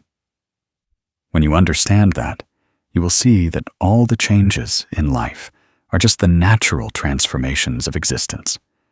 Just as a falling leaf isn't an end, but the beginning of a new cycle. When it falls, it dissolves into the earth, and from there, new sprouts emerge. If the leaf refuses to fall, the tree will never have room for new shoots to grow. And if you refuse to let go of what has passed, how can you embrace what is new and coming? My dear friend, freedom of mind doesn't come from where you go, what you do, or how much you have. It comes from the ability to accept what is. A person can live in a small room with no money, but their mind can still be as vast as the sky because they are not bound by desires. A person can travel the world, but if their mind is still full of hatred and anxiety, they still live in their own prison. Once, a friend of mine told me that she used to think that if she left the noisy city and lived in the mountains, she would find peace. But when she was there, she still felt restless. Every time she heard the wind through the door, she remembered her work, remembered the people who had hurt her. Then she realized that it wasn't the place that caused her suffering, but her own mind that hadn't let go. From then on, she began to practice seeing everything more lightly, without blame, without resistance, just breathing and recognizing. And miraculously, when her mind let go, everywhere became a place of peace. The Buddha taught that true freedom is freedom from the bondage of afflictions, no longer controlled by negative emotions, no longer letting external things drag you along. It's like when a storm brews. People fear it, but one who understands the Dharma sees that wind is just wind, and storms will eventually dissipate. What you need is a steadfast mind, knowing how to stand still amidst change. You can look back at yourself. There are things you once thought you could never let go of, like a relationship, a dream, or a regret. But then time passes. You still live, still breathe, and gradually realize that those things don't disappear, but have dissolved into you, becoming a part of your growth. When you understand that, you will see that letting go is no longer a loss, but a way to grow. Freedom of mind is when you stop trying to control everything. You cannot make the wind stop, but you can learn not to resist it. You cannot stop the waves, but you can learn to float with them, trusting that the vast ocean will embrace you. Letting go with mindfulness isn't because you are powerless, but because you have understood that everything is subject to the law of impermanence. Things come and go, Emotions arise and pass. People arrive and depart. No one can hold on to anything forever, and no one loses anything forever. In the scriptures, the Buddha taught that when the mind lets go, wisdom manifests. This means that only when you are no longer caught in greed, anger, and delusion do you truly see the nature of life. Because wisdom doesn't come from knowing a lot, but from the ability to see the truth in stillness. You can try a small practice right now. Sit still, place your hand on your heart, take a deep breath, and exhale slowly. As you breathe in, whisper, "I am returning." As you breathe out, say, "I am letting go." Repeat this for 3 minutes. You will feel your heart lighten a little. No need to strive, just breathe and know you are breathing. If any memories arise, don't chase them away. Smile and look at them like a falling leaf. Leaves fall because it is their time. Everything in life is the same. After meditating, you can write down 3 things you are grateful for today. It could be a delicious meal, a kind inquiry, or simply that you still have this breath. Writing it down isn't to forget suffering, but to remind yourself that alongside suffering, there are still so many things supporting you every day. My dear friend, freedom of mind isn't a distant state, but a choice in every moment. Every time you stop and breathe, you are choosing freedom. Every time you forgive someone, you are choosing freedom. Every time you accept what cannot be changed, you are choosing freedom. Remember, the falling leaf isn't sad to leave its branch because it knows that falling is to return. Similarly, when you know how to let go, you lose nothing. You are simply returning to yourself. That is the most beautiful freedom, freedom of mind. And if tomorrow you face new storms, place your hand on your chest, breathe deeply, and tell yourself, "I am free." Not because you have everything, but because you have learned not to cling to everything. Then you will understand that peace isn't the absence of storms, but your mind no longer fearing the storms. I wish you always peace in every breath. Even if life constantly changes, you are still a free leaf gently falling in the impermanent garden, smiling because you know you are returning to your loving Mother Earth.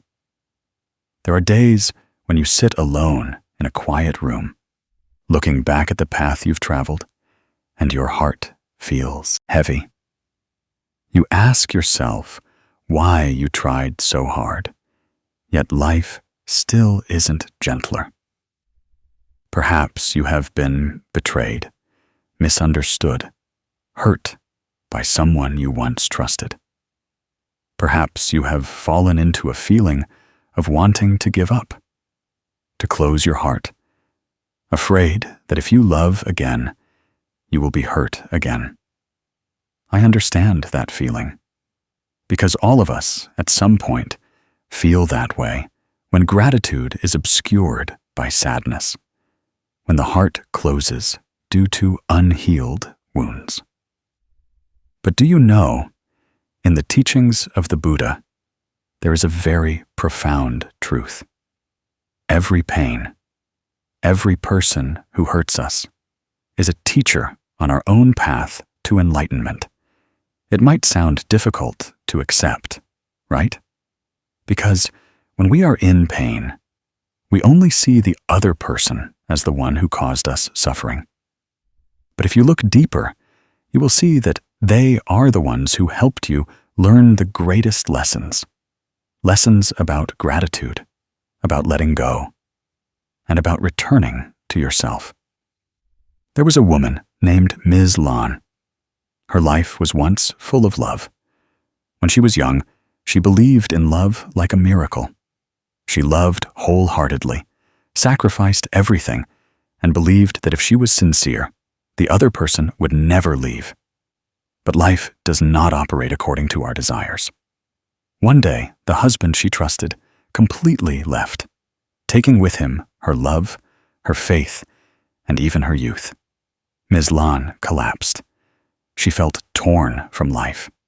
She couldn't believe that the person who once held her hand under the Buddha's altar, promising to be together forever, could betray her like that. Many years later, when recalling the old story, she just smiled gently.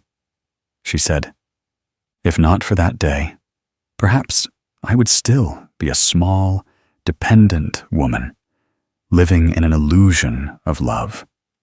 That very betrayal awakened her, teaching her to stand firmly on her own feet. The day her husband left, she was so pained she couldn't breathe, but then she remembered the Buddha's teaching. All suffering arises from a mind of clinging. She began to learn to sit still, breathe in deeply, breathe out gently, and look deeply into her emotions. She no longer avoided the pain, but touched it with mindfulness. Time passed, and Ms. Lan practiced writing in a diary every day. Every morning before starting a new day, she would write down 3 things she was grateful for. At first, she didn't know what to write.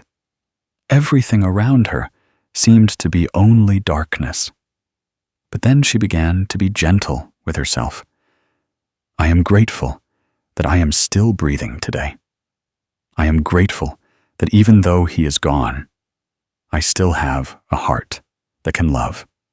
I am grateful that this pain helps me understand people better."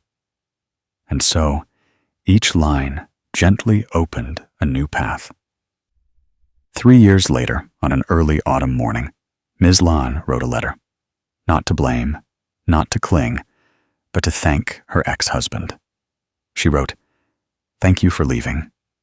Thank you, because through you, I learned what it means to stand up on my own. Through you, I learned to love myself.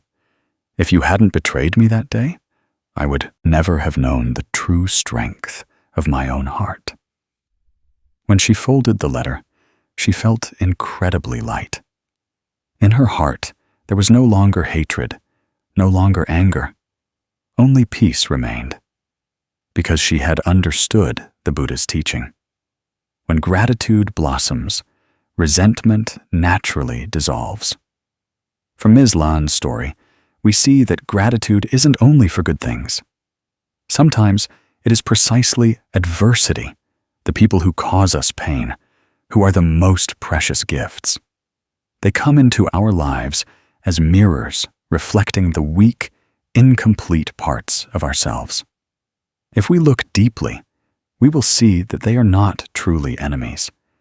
They are just causes and conditions that help us learn to return, let go, and love ourselves more. The Buddha once taught that there are no enemies, only those who are not yet enlightened. When you embrace gratitude, you will find the world gentler. Your perspective changes, and your own mind changes. The person who once hurt you no longer has the power to control your emotions. Instead, you are the one controlling your own mind. You can try this. Sit still, close your eyes, breathe in deeply, then breathe out gently. Imagine the person who hurt you the most is standing before you. Perhaps you will feel a pang in your heart, tears falling. Just let them fall. Don't resist. Just breathe and say in your heart, "I am grateful to you. Because of you, I learned to love myself more." When you speak these words, you will feel your heart open up. A wound heals not because you forget, but because you have understood. Gratitude doesn't mean condoning wrongdoing. Gratitude is looking deeply to see that within suffering, there are still seeds of awakening. People can hurt you, but they cannot take away your ability to love unless you allow them to. And when you learn to be grateful, even for incomplete things, your life will become more complete than ever. The Buddha taught that in life, everything arises from causes and conditions. People come to us due to karma. When the karma ends, they depart. The more we cling, the more we suffer. But if we are grateful, we will see that every encounter is a part of the journey to enlightenment. Some come to teach us to love, some come to teach us to let go, and some come just to help us realize that we are already complete from within. Miss Lan once said that the day she wrote the thank you letter to her ex-husband, she felt like she had been born again. Her mind became fresh, like a lotus blossoming after a rain. The lotus doesn't need clean soil. It grows from mud, yet still emits a fragrant scent. Humans are the same. Even if we have been stained, even if we have suffered, if gratitude is in our hearts, we can still shine like a lotus. My dear friend, today I want to invite you to practice a small thing. Before going to bed, write down 3 things you are grateful for today. It doesn't have to be anything grand. Perhaps you are grateful that you could see the sun this morning, grateful that someone smiled at you, grateful that you bravely navigated a challenging day.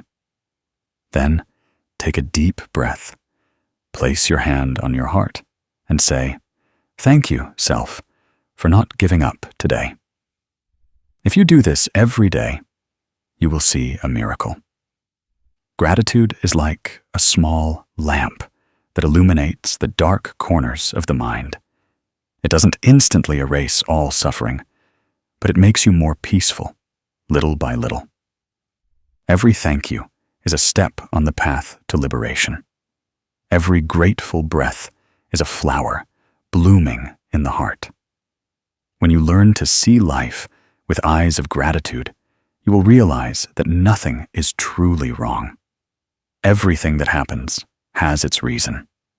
Perhaps you won't understand immediately, but as time passes, you will smile and say, "Ah, so that's what it was." Because every suffering is a teacher. Every wound is a door leading to wisdom. Phat Phap Lin Ung remembers once a monk saying, "If there were no one to hate you, you wouldn't know your own anger. If there were no one to betray you, you wouldn't know your own attachment. If there were no one to cause you suffering, you wouldn't know your lack of compassion. Therefore, the person who causes you suffering is the one who gives you the opportunity to practice." When you understand this, your heart will be as light as a cloud. Perhaps today, you are still on a healing journey, still shedding tears, still feeling anguish. But as long as you plant a small seed of gratitude in your heart, it will grow. One day, you will smile as you look back and see that it was all just a lesson for you to return to yourself. My dear friend, let gratitude become your breath. Be grateful for life, for people, and for yourself, because you are still walking on the path of light, of understanding, and of love. No matter what the past holds, you deserve peace, love, and to live a life of freedom. Perhaps you've wondered why some sorrows keep returning even when you thought you'd forgotten them. Why can just a careless word, a fleeting glance, make your heart ache as if an old wound has been touched? Perhaps sometimes you find yourself easily angered, easily hurt, easily moved to tears, even though your rational mind knows it's a small matter. You blame yourself for being weak, for not being as calm as others. But do you know, it's not that you are weak. It's just that there's a part within you that hasn't been listened to, hasn't been embraced, hasn't been healed. Those are wounds from the past, from childhood, from times of abandonment, from careless words that others have forgotten. But your heart still remembers. The Buddha taught that all suffering doesn't come from external sources, but originates from an untamed mind, from the seeds of suffering deeply embedded in our own subconscious. It's like a seed buried in the ground. Given the right conditions, water, sunlight, wind, it will sprout. The suffering within us is the same. When it encounters the right circumstances, the right people, the right words, it resurfaces, making us react, making us hurt, making us angry. But if we don't look deeply, we will think that the other person is the one who caused our suffering. In reality, they only touched the seeds of suffering already present within our hearts. There was a man named Dung. He was kind, hardworking, and always wanted to do things well. However, those close to him knew that he was very easily angered. If anyone made even a small mistake, he would immediately yell, his face flushed, his body trembling with anger. Afterwards, he would regret it, apologize, and blame himself. He once said, "I don't understand why I'm like this. I don't want to be angry. But when things happen, I can't control it." Once, due to work pressure and family conflicts, he attended a meditation retreat at a temple. At first, he thought meditation was for relaxation. But during the days of sitting quietly with his breath, he began to see things he had avoided all this time. In the stillness, when there was no external sound, he heard the voice of his own heart more clearly. He felt something constricting in his chest, like a trembling child. He sat there, breathing slowly and steadily, until the image became clearer. He saw a child of about 7, huddled in a corner of the house, hands wrapped around his knees, eyes blurry with tears. He realized that was himself, the child from years ago, who was scolded by his father during a meal, who heard cold words, who felt inadequate.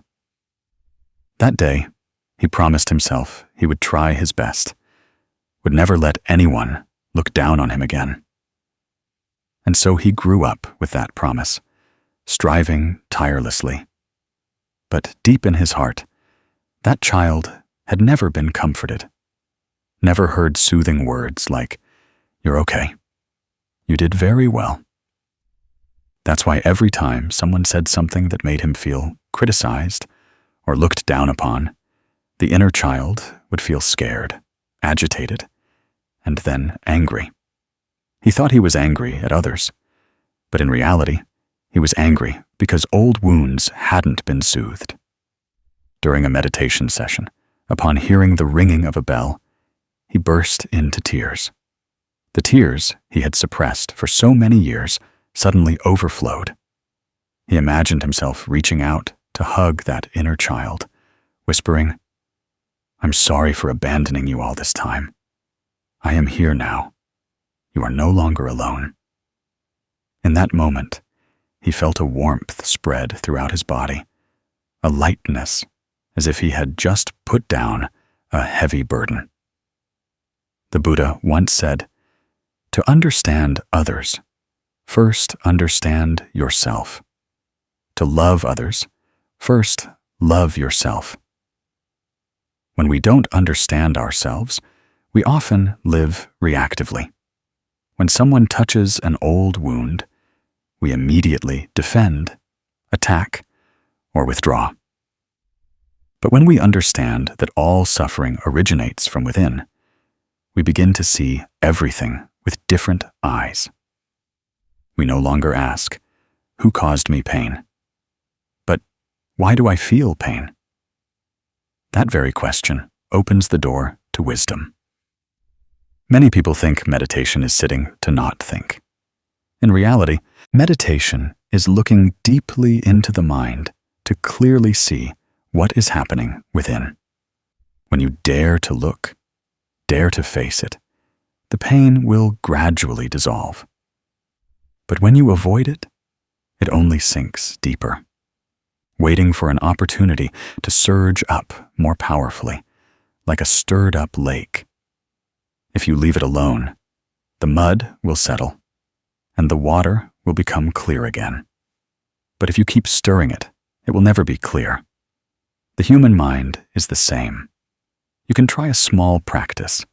Sit still, close your eyes, place your hand on your chest, breathe in, and whisper, "I know there's sadness in me."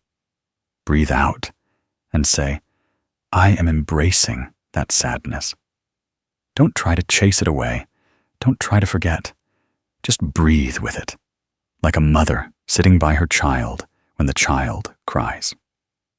When you do that, the energy of understanding and compassion will gradually permeate your mind.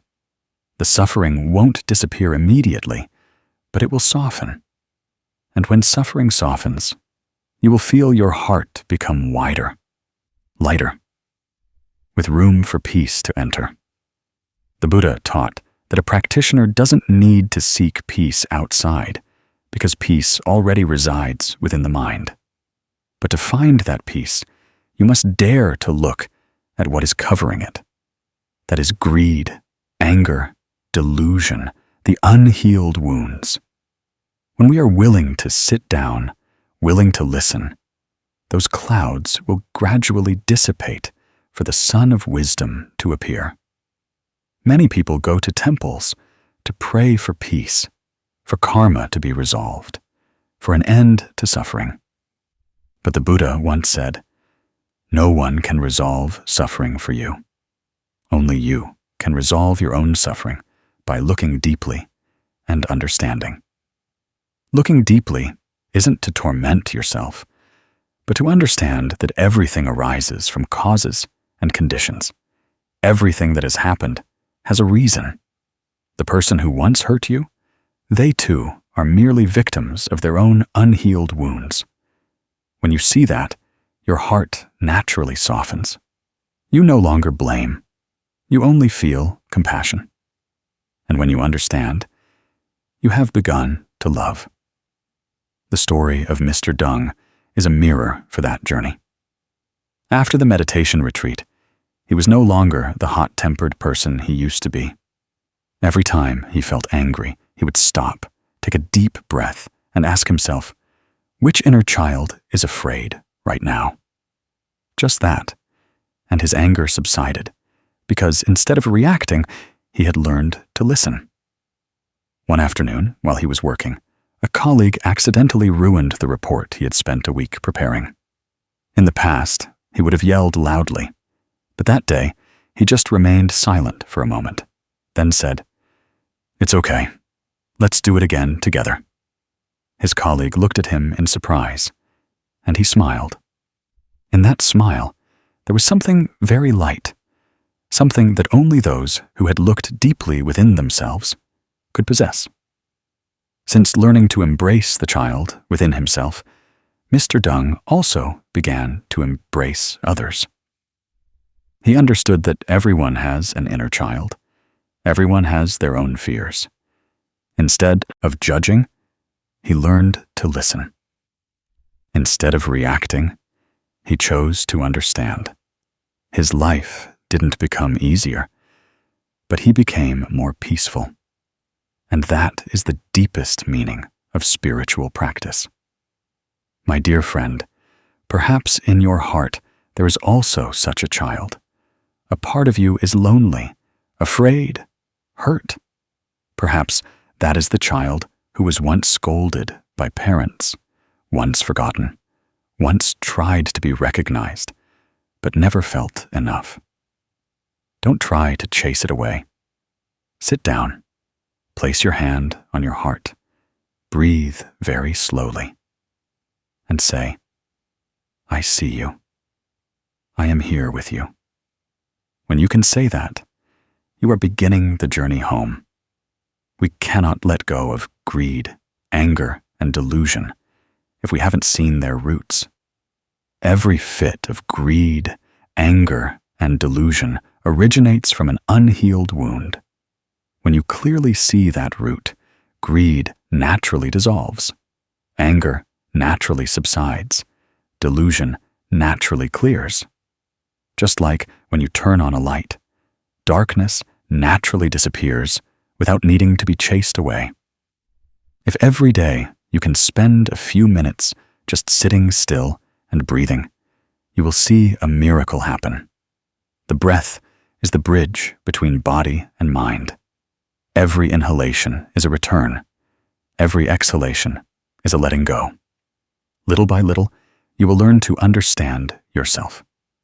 And when you understand, you will love. When you love, you will no longer want to cause suffering to anyone, not even yourself. Finally, Phat Phap Linh Ung wants to offer you a small practice. Tonight, before sleeping, close your eyes and ask, what part of me is sad today? Then just listen, without judgment. Perhaps an old memory will surface, a face, a word. Breathe with it. Say thank you. Because it has shown you that you still have feelings. You are still alive. You still have an opportunity to heal. The Buddha taught, when we understand, we will love. When we understand ourselves, we begin to love ourselves. When we love ourselves, we can love others. And when the heart is full of love, suffering has no place to reside.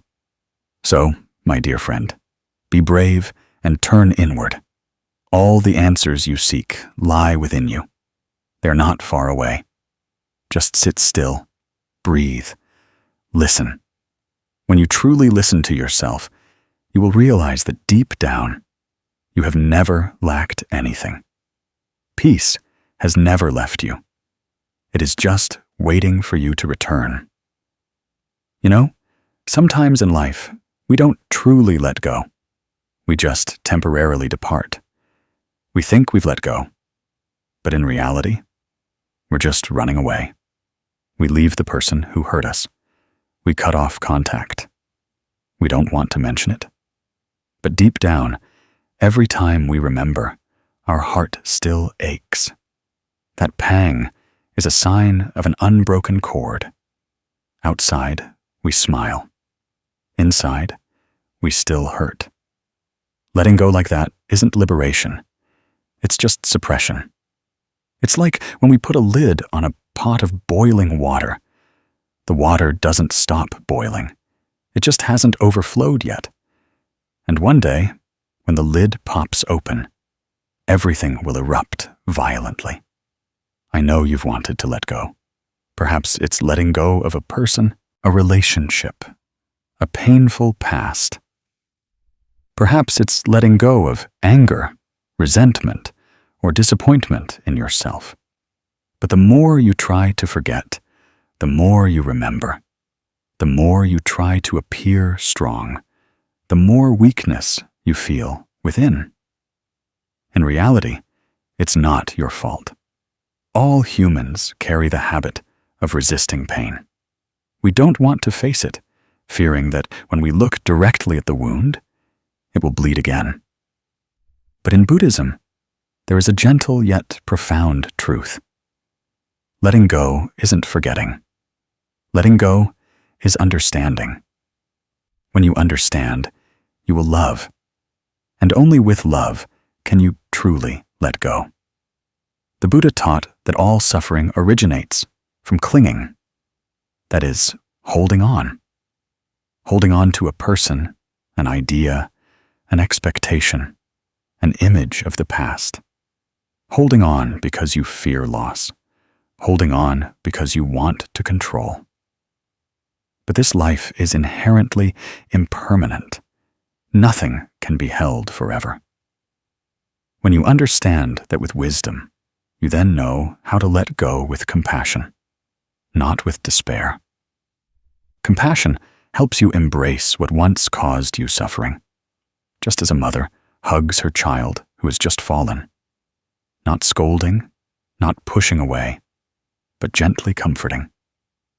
When the mind knows love, suffering is no longer an enemy. It becomes a teacher. I remember the story of Miss Han, a woman I met at a meditation retreat. She was over 40, with a gentle face, but eyes that always carried a hint of sadness. During a sharing session, she recounted that throughout her childhood, her father was an alcoholic. Every time he got drunk, the whole family plunged into hell.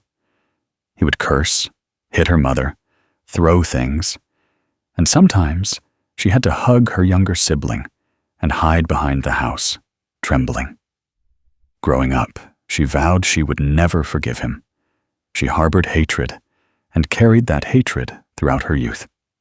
Then, as time passed, she married and had children. But strangely, she realized she was gradually becoming like her father. Every time something didn't go her way, she would easily lose her temper, easily snap. At those times, she saw his image within herself. She began to be afraid that if she didn't stop, the suffering would repeat through another generation. Once, by chance, a friend invited her to a Buddhist retreat. During the first meditation session, as she sat still and listened to the bell, she burst into tears. Those tears were not for anyone else, but for herself. For all the years she had lived in resentment, she had never allowed herself to cry for herself. She saw an inner child in her mind. That child was trembling, lonely, waiting to be embraced. And then she suddenly saw the image of her father in her memory, still drunk, still stumbling.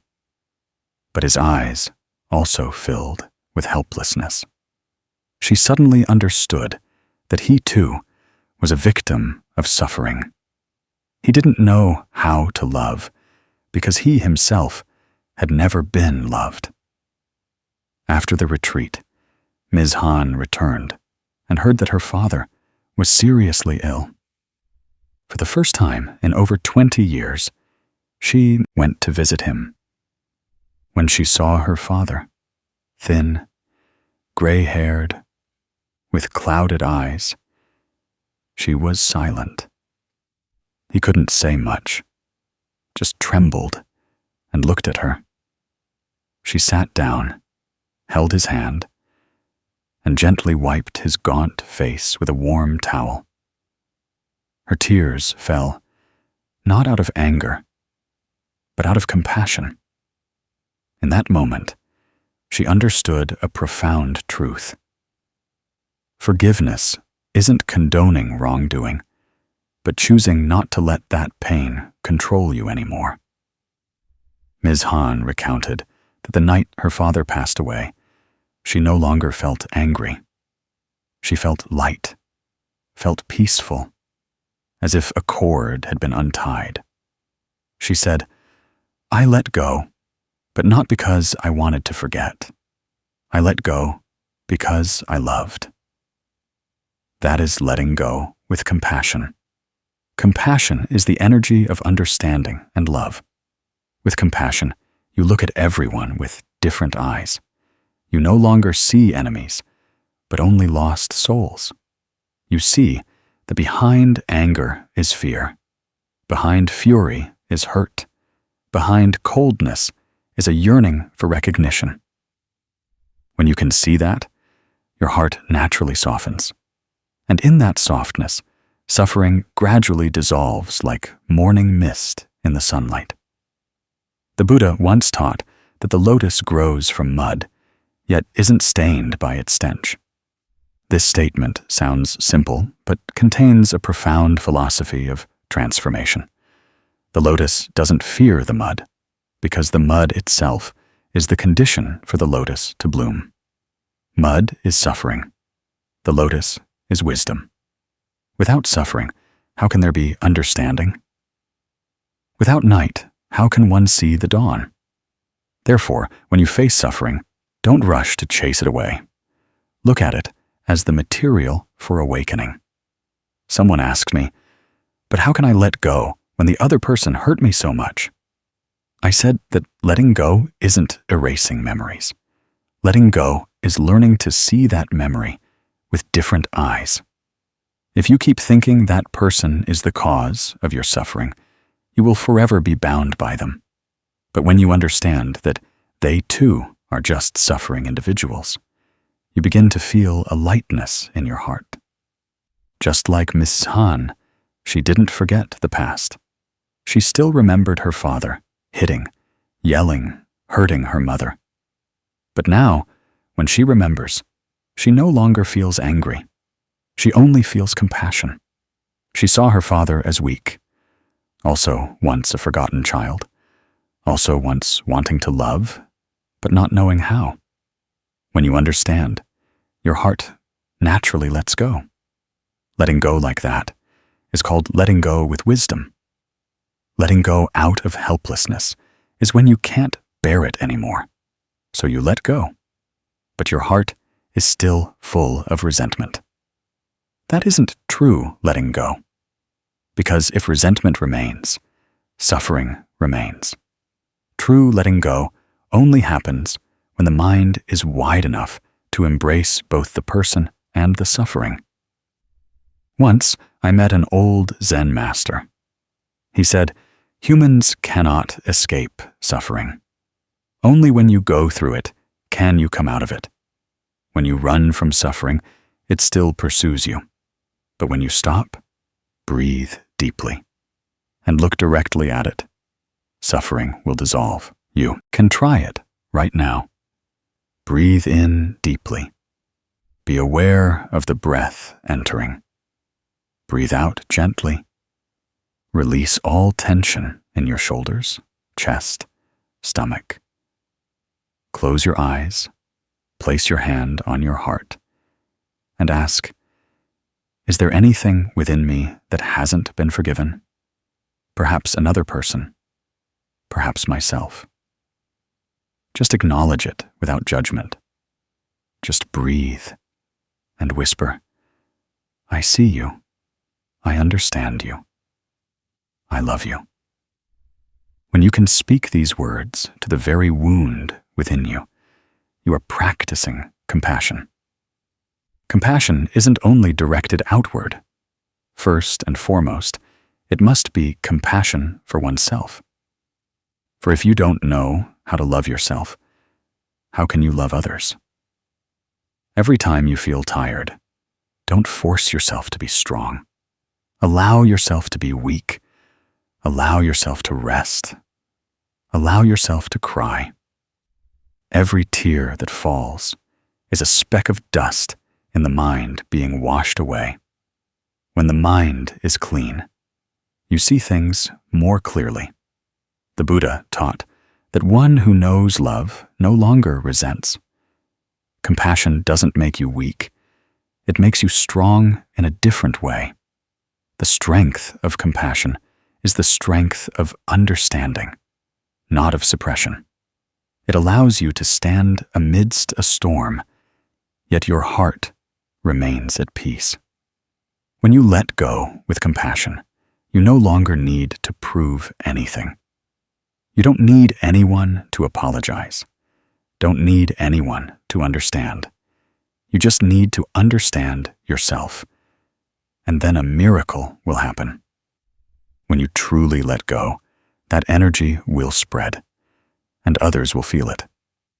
Sometimes the person who once caused you suffering will one day instinctively humble themselves, not because you forced them, but because your compassion awakened them. If you are listening to these words and still have something in your heart that you cannot let go of, I invite you to practice with me for 1 minute.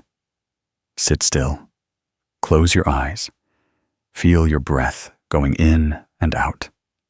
With each inhalation, silently say, I accept. With each exhalation, silently say, I let go. Do this a few times, and you will feel a warmth spread throughout your body. That is the energy of mindfulness and compassion awakening within you. Everyone in life must learn to let go.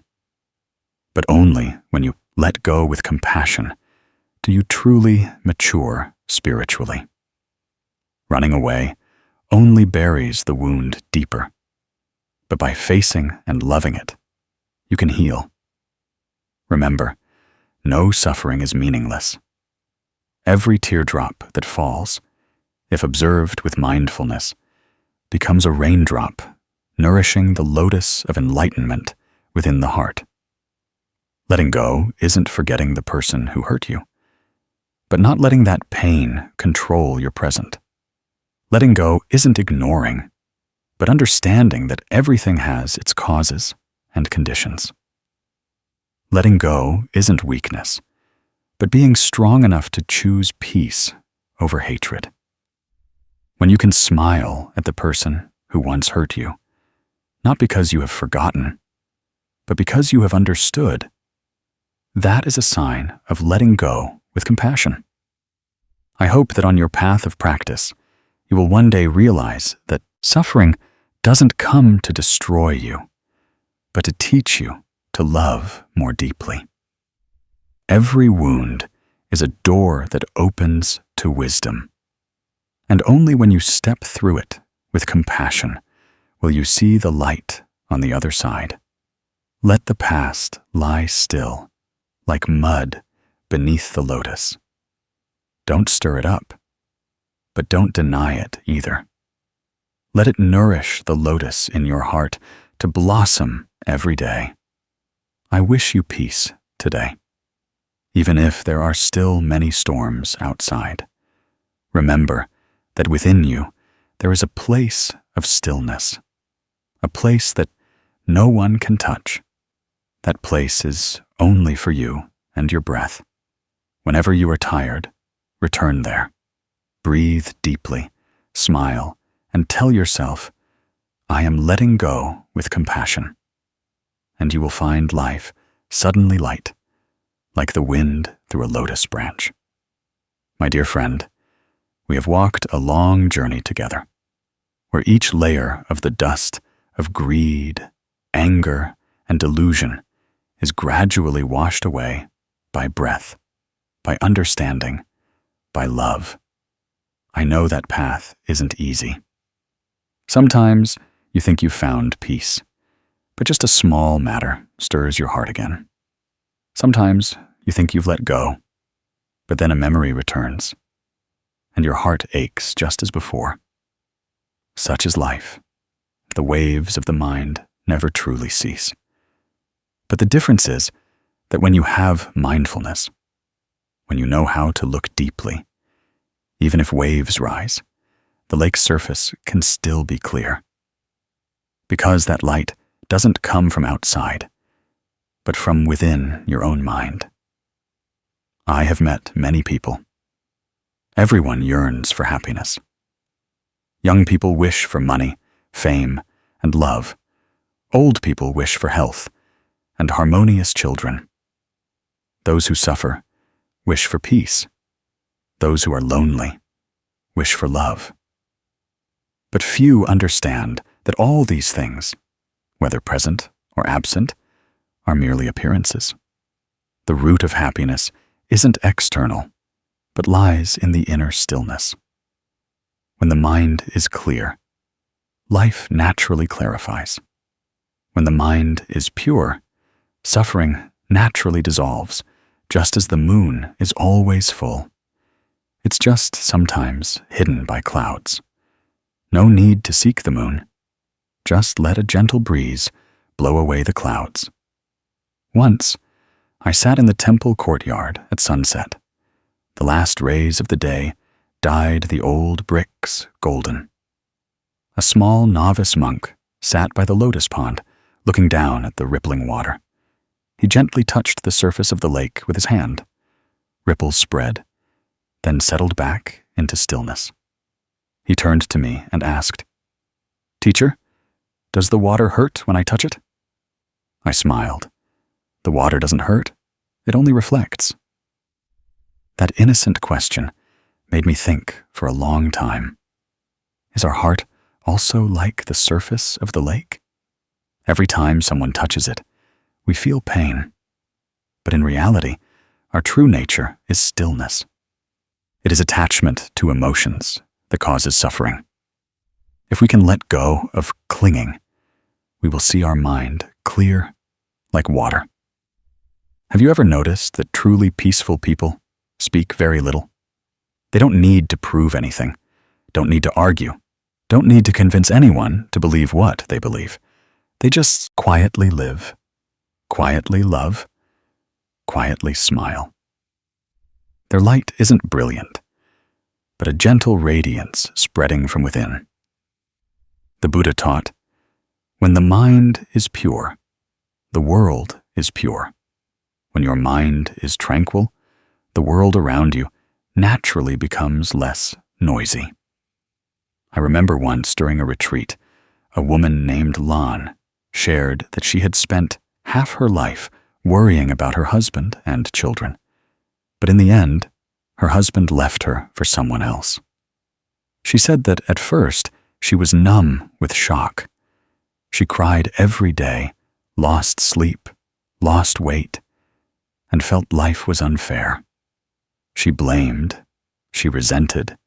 She asked the Buddha, "I have lived virtuously, so why do I suffer?" But one night, lying there, listening to the temple bell, she heard the abbot say, "Life owes no one anything. It's just that the connection has ended." That statement made her burst into tears. But this time, the tears were clear. From then on, she practiced meditation, practiced breathing, practiced looking at her ex-husband with gratitude. Now she lives alone, but isn't lonely. She said, "I no longer need anyone to mend me, because I have found myself." Don't you see? When you stop seeking light outside, the light within begins to shine. Everyone has a lamp in their heart. But because greed, anger, and delusion obscure it, we don't see it. Greed makes us always want more. Anger makes us always resist. Delusion makes us always unclear. When you stop, observe, and realize that everything is impermanent, you begin to see clearly. The Buddha once taught that when the mind is no longer agitated, suffering cannot touch it. This doesn't mean that life will be without storms, but that even if the wind blows, the mind remains steadfast, like a great tree in the forest. Even if the storm passes, its deep roots still cling to the earth. Our path of practice is the same. From the first day of chanting the Buddha's name to understanding the meaning of letting go is a long process, but each step, however slow, brings us closer to peace. I want to tell you the story of an old monk. He lived in a small temple in the mountains. Every morning, he would sit on the temple steps, drinking tea and watching the mist dissolve. Someone asked, "Master, why don't you go down the mountain to teach the Dharma, to save sentient beings?" He just smiled. "By sitting still, I am also saving people." The person didn't understand and asked again, "How can sitting still save anyone?" He said, "When my mind is still, that energy spreads, and those who pass by, even without hearing the Dharma, feel a sense of peace in their hearts." It sounds mystical, but in reality, it's very practical. When you are peaceful, Those around you will also feel at ease. When you are angry, you don't need to say anything. Others can still feel the energy. The energy in each person's mind can spread. Therefore, practice isn't just for yourself, but also for those around you. When you can let go of a resentment, the world lightens a little. When you smile instead of reacting, the world brightens a little. Let go to live, let go to love, let go to return to yourself. It sounds simple, but it is a whole journey of wisdom and courage. Because letting go isn't ignoring, but looking deeply to understand that everything has a reason to come and go. Some come to teach us to love. Some come to teach us patience. Some come to teach us to let go. Every relationship, whether short or long, is a lesson life offers. Once, I met a young man at a retreat. His eyes were red-rimmed. He said, "I lost my girlfriend. She married someone else. I can't accept it." I asked, "Do you want her to be happy?" He was silent for a very long time, then nodded. I said, "Then wish her peace, and you too be at peace, because if she is happy, and you are still suffering, then that love is not yet complete." He burst into tears, but they were tears of understanding. A year later, he wrote to me, saying he had found peace. He still remembered the girl, but remembered her with gratitude. That is letting go with love. Letting go like that makes life very light, because you no longer have to fight with yourself. When the mind is no longer divided between wanting and not wanting, between love and hate, between gain and loss, you become free. Freedom isn't having everything, but not being bound by anything. Think about it. If every morning when you wake up, you can smile at the sunlight shining through the window and silently say, "Today I choose peace," then no matter what happens that day, you will have an anchor. Because peace isn't found in circumstances, but in the mind of the person facing those circumstances. In Buddhism, there is a saying, "When the mind is clear, life is clear." When the mind is clear, you see the true nature of all phenomena, clearly seeing that nothing is eternal, nothing truly belongs to you. When you understand that, you stop suffering from loss, stop worrying about gain, stop fearing change. A clear mind isn't a mind free of afflictions, but a mind that knows how to observe afflictions without being carried away by them. Just as sunlight doesn't need to chase away darkness, it just needs to shine. When you are awakened, ignorance naturally dissolves. When you love, hatred vanishes. When you let go, suffering transforms into peace. Now I invite you to return to your breath with me. Breathe in, knowing you are breathing in. Breathe out, knowing you are breathing out. Feel the cool air entering your chest and the warm air leaving your lips. Imagine each inhalation is light. Each exhalation is a letting go. That light spreads throughout your body, to every cell, to every dark corner of your mind. Let your breath touch the places where you once felt pain, fear, or anger. And tell them, "I understand. I love." That is the practice of mindfulness. No complex rituals, no hours of sitting, just 1 minute of truly being present with yourself, and you have touched peace. And when that peace is great enough, you will see that life is no longer a burden. Everything that happens, whether favorable or unfavorable, is an opportunity to learn. Every person you meet, whether loved or disliked, is a mirror to reflect upon.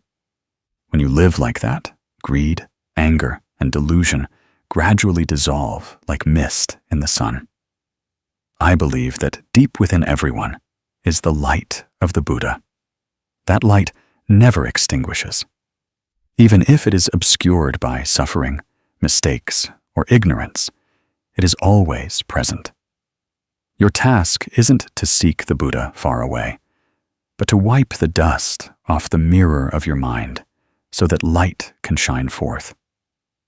When you can look at others with love, look at yourself with compassion, and look at life with eyes of gratitude, then you are already living in the light. That is the result of the journey of letting go of greed, anger, and delusion. Not escaping life, but understanding life to live more deeply, to love more completely. Let me offer you one last image. Imagine one afternoon you are sitting by a lake. The water's surface is still, reflecting the clear sky. The last rays of the day seem to dissolve into the water. A gentle breeze blows, ripples softly. Then the water becomes still again. You take a breath, feeling your heart also still like that lake. Everything is still there. The sky, the sunlight, the wind, the water. But your mind is no longer disturbed. That is the light within us. Remember, all suffering can be resolved when you know how to let go at the right time. Let go to live, let go to love, let go to return to yourself. And when you return to yourself, you will realize that peace has never left you. You just forgot to look within. I wish that wherever you are, whatever you are going through, you always keep that light in your heart. Light a small lamp with your breath, with a smile, with gratitude. Because when one person shines, the world becomes a little less dark. And so, you and I, together, are walking on the path back to the light.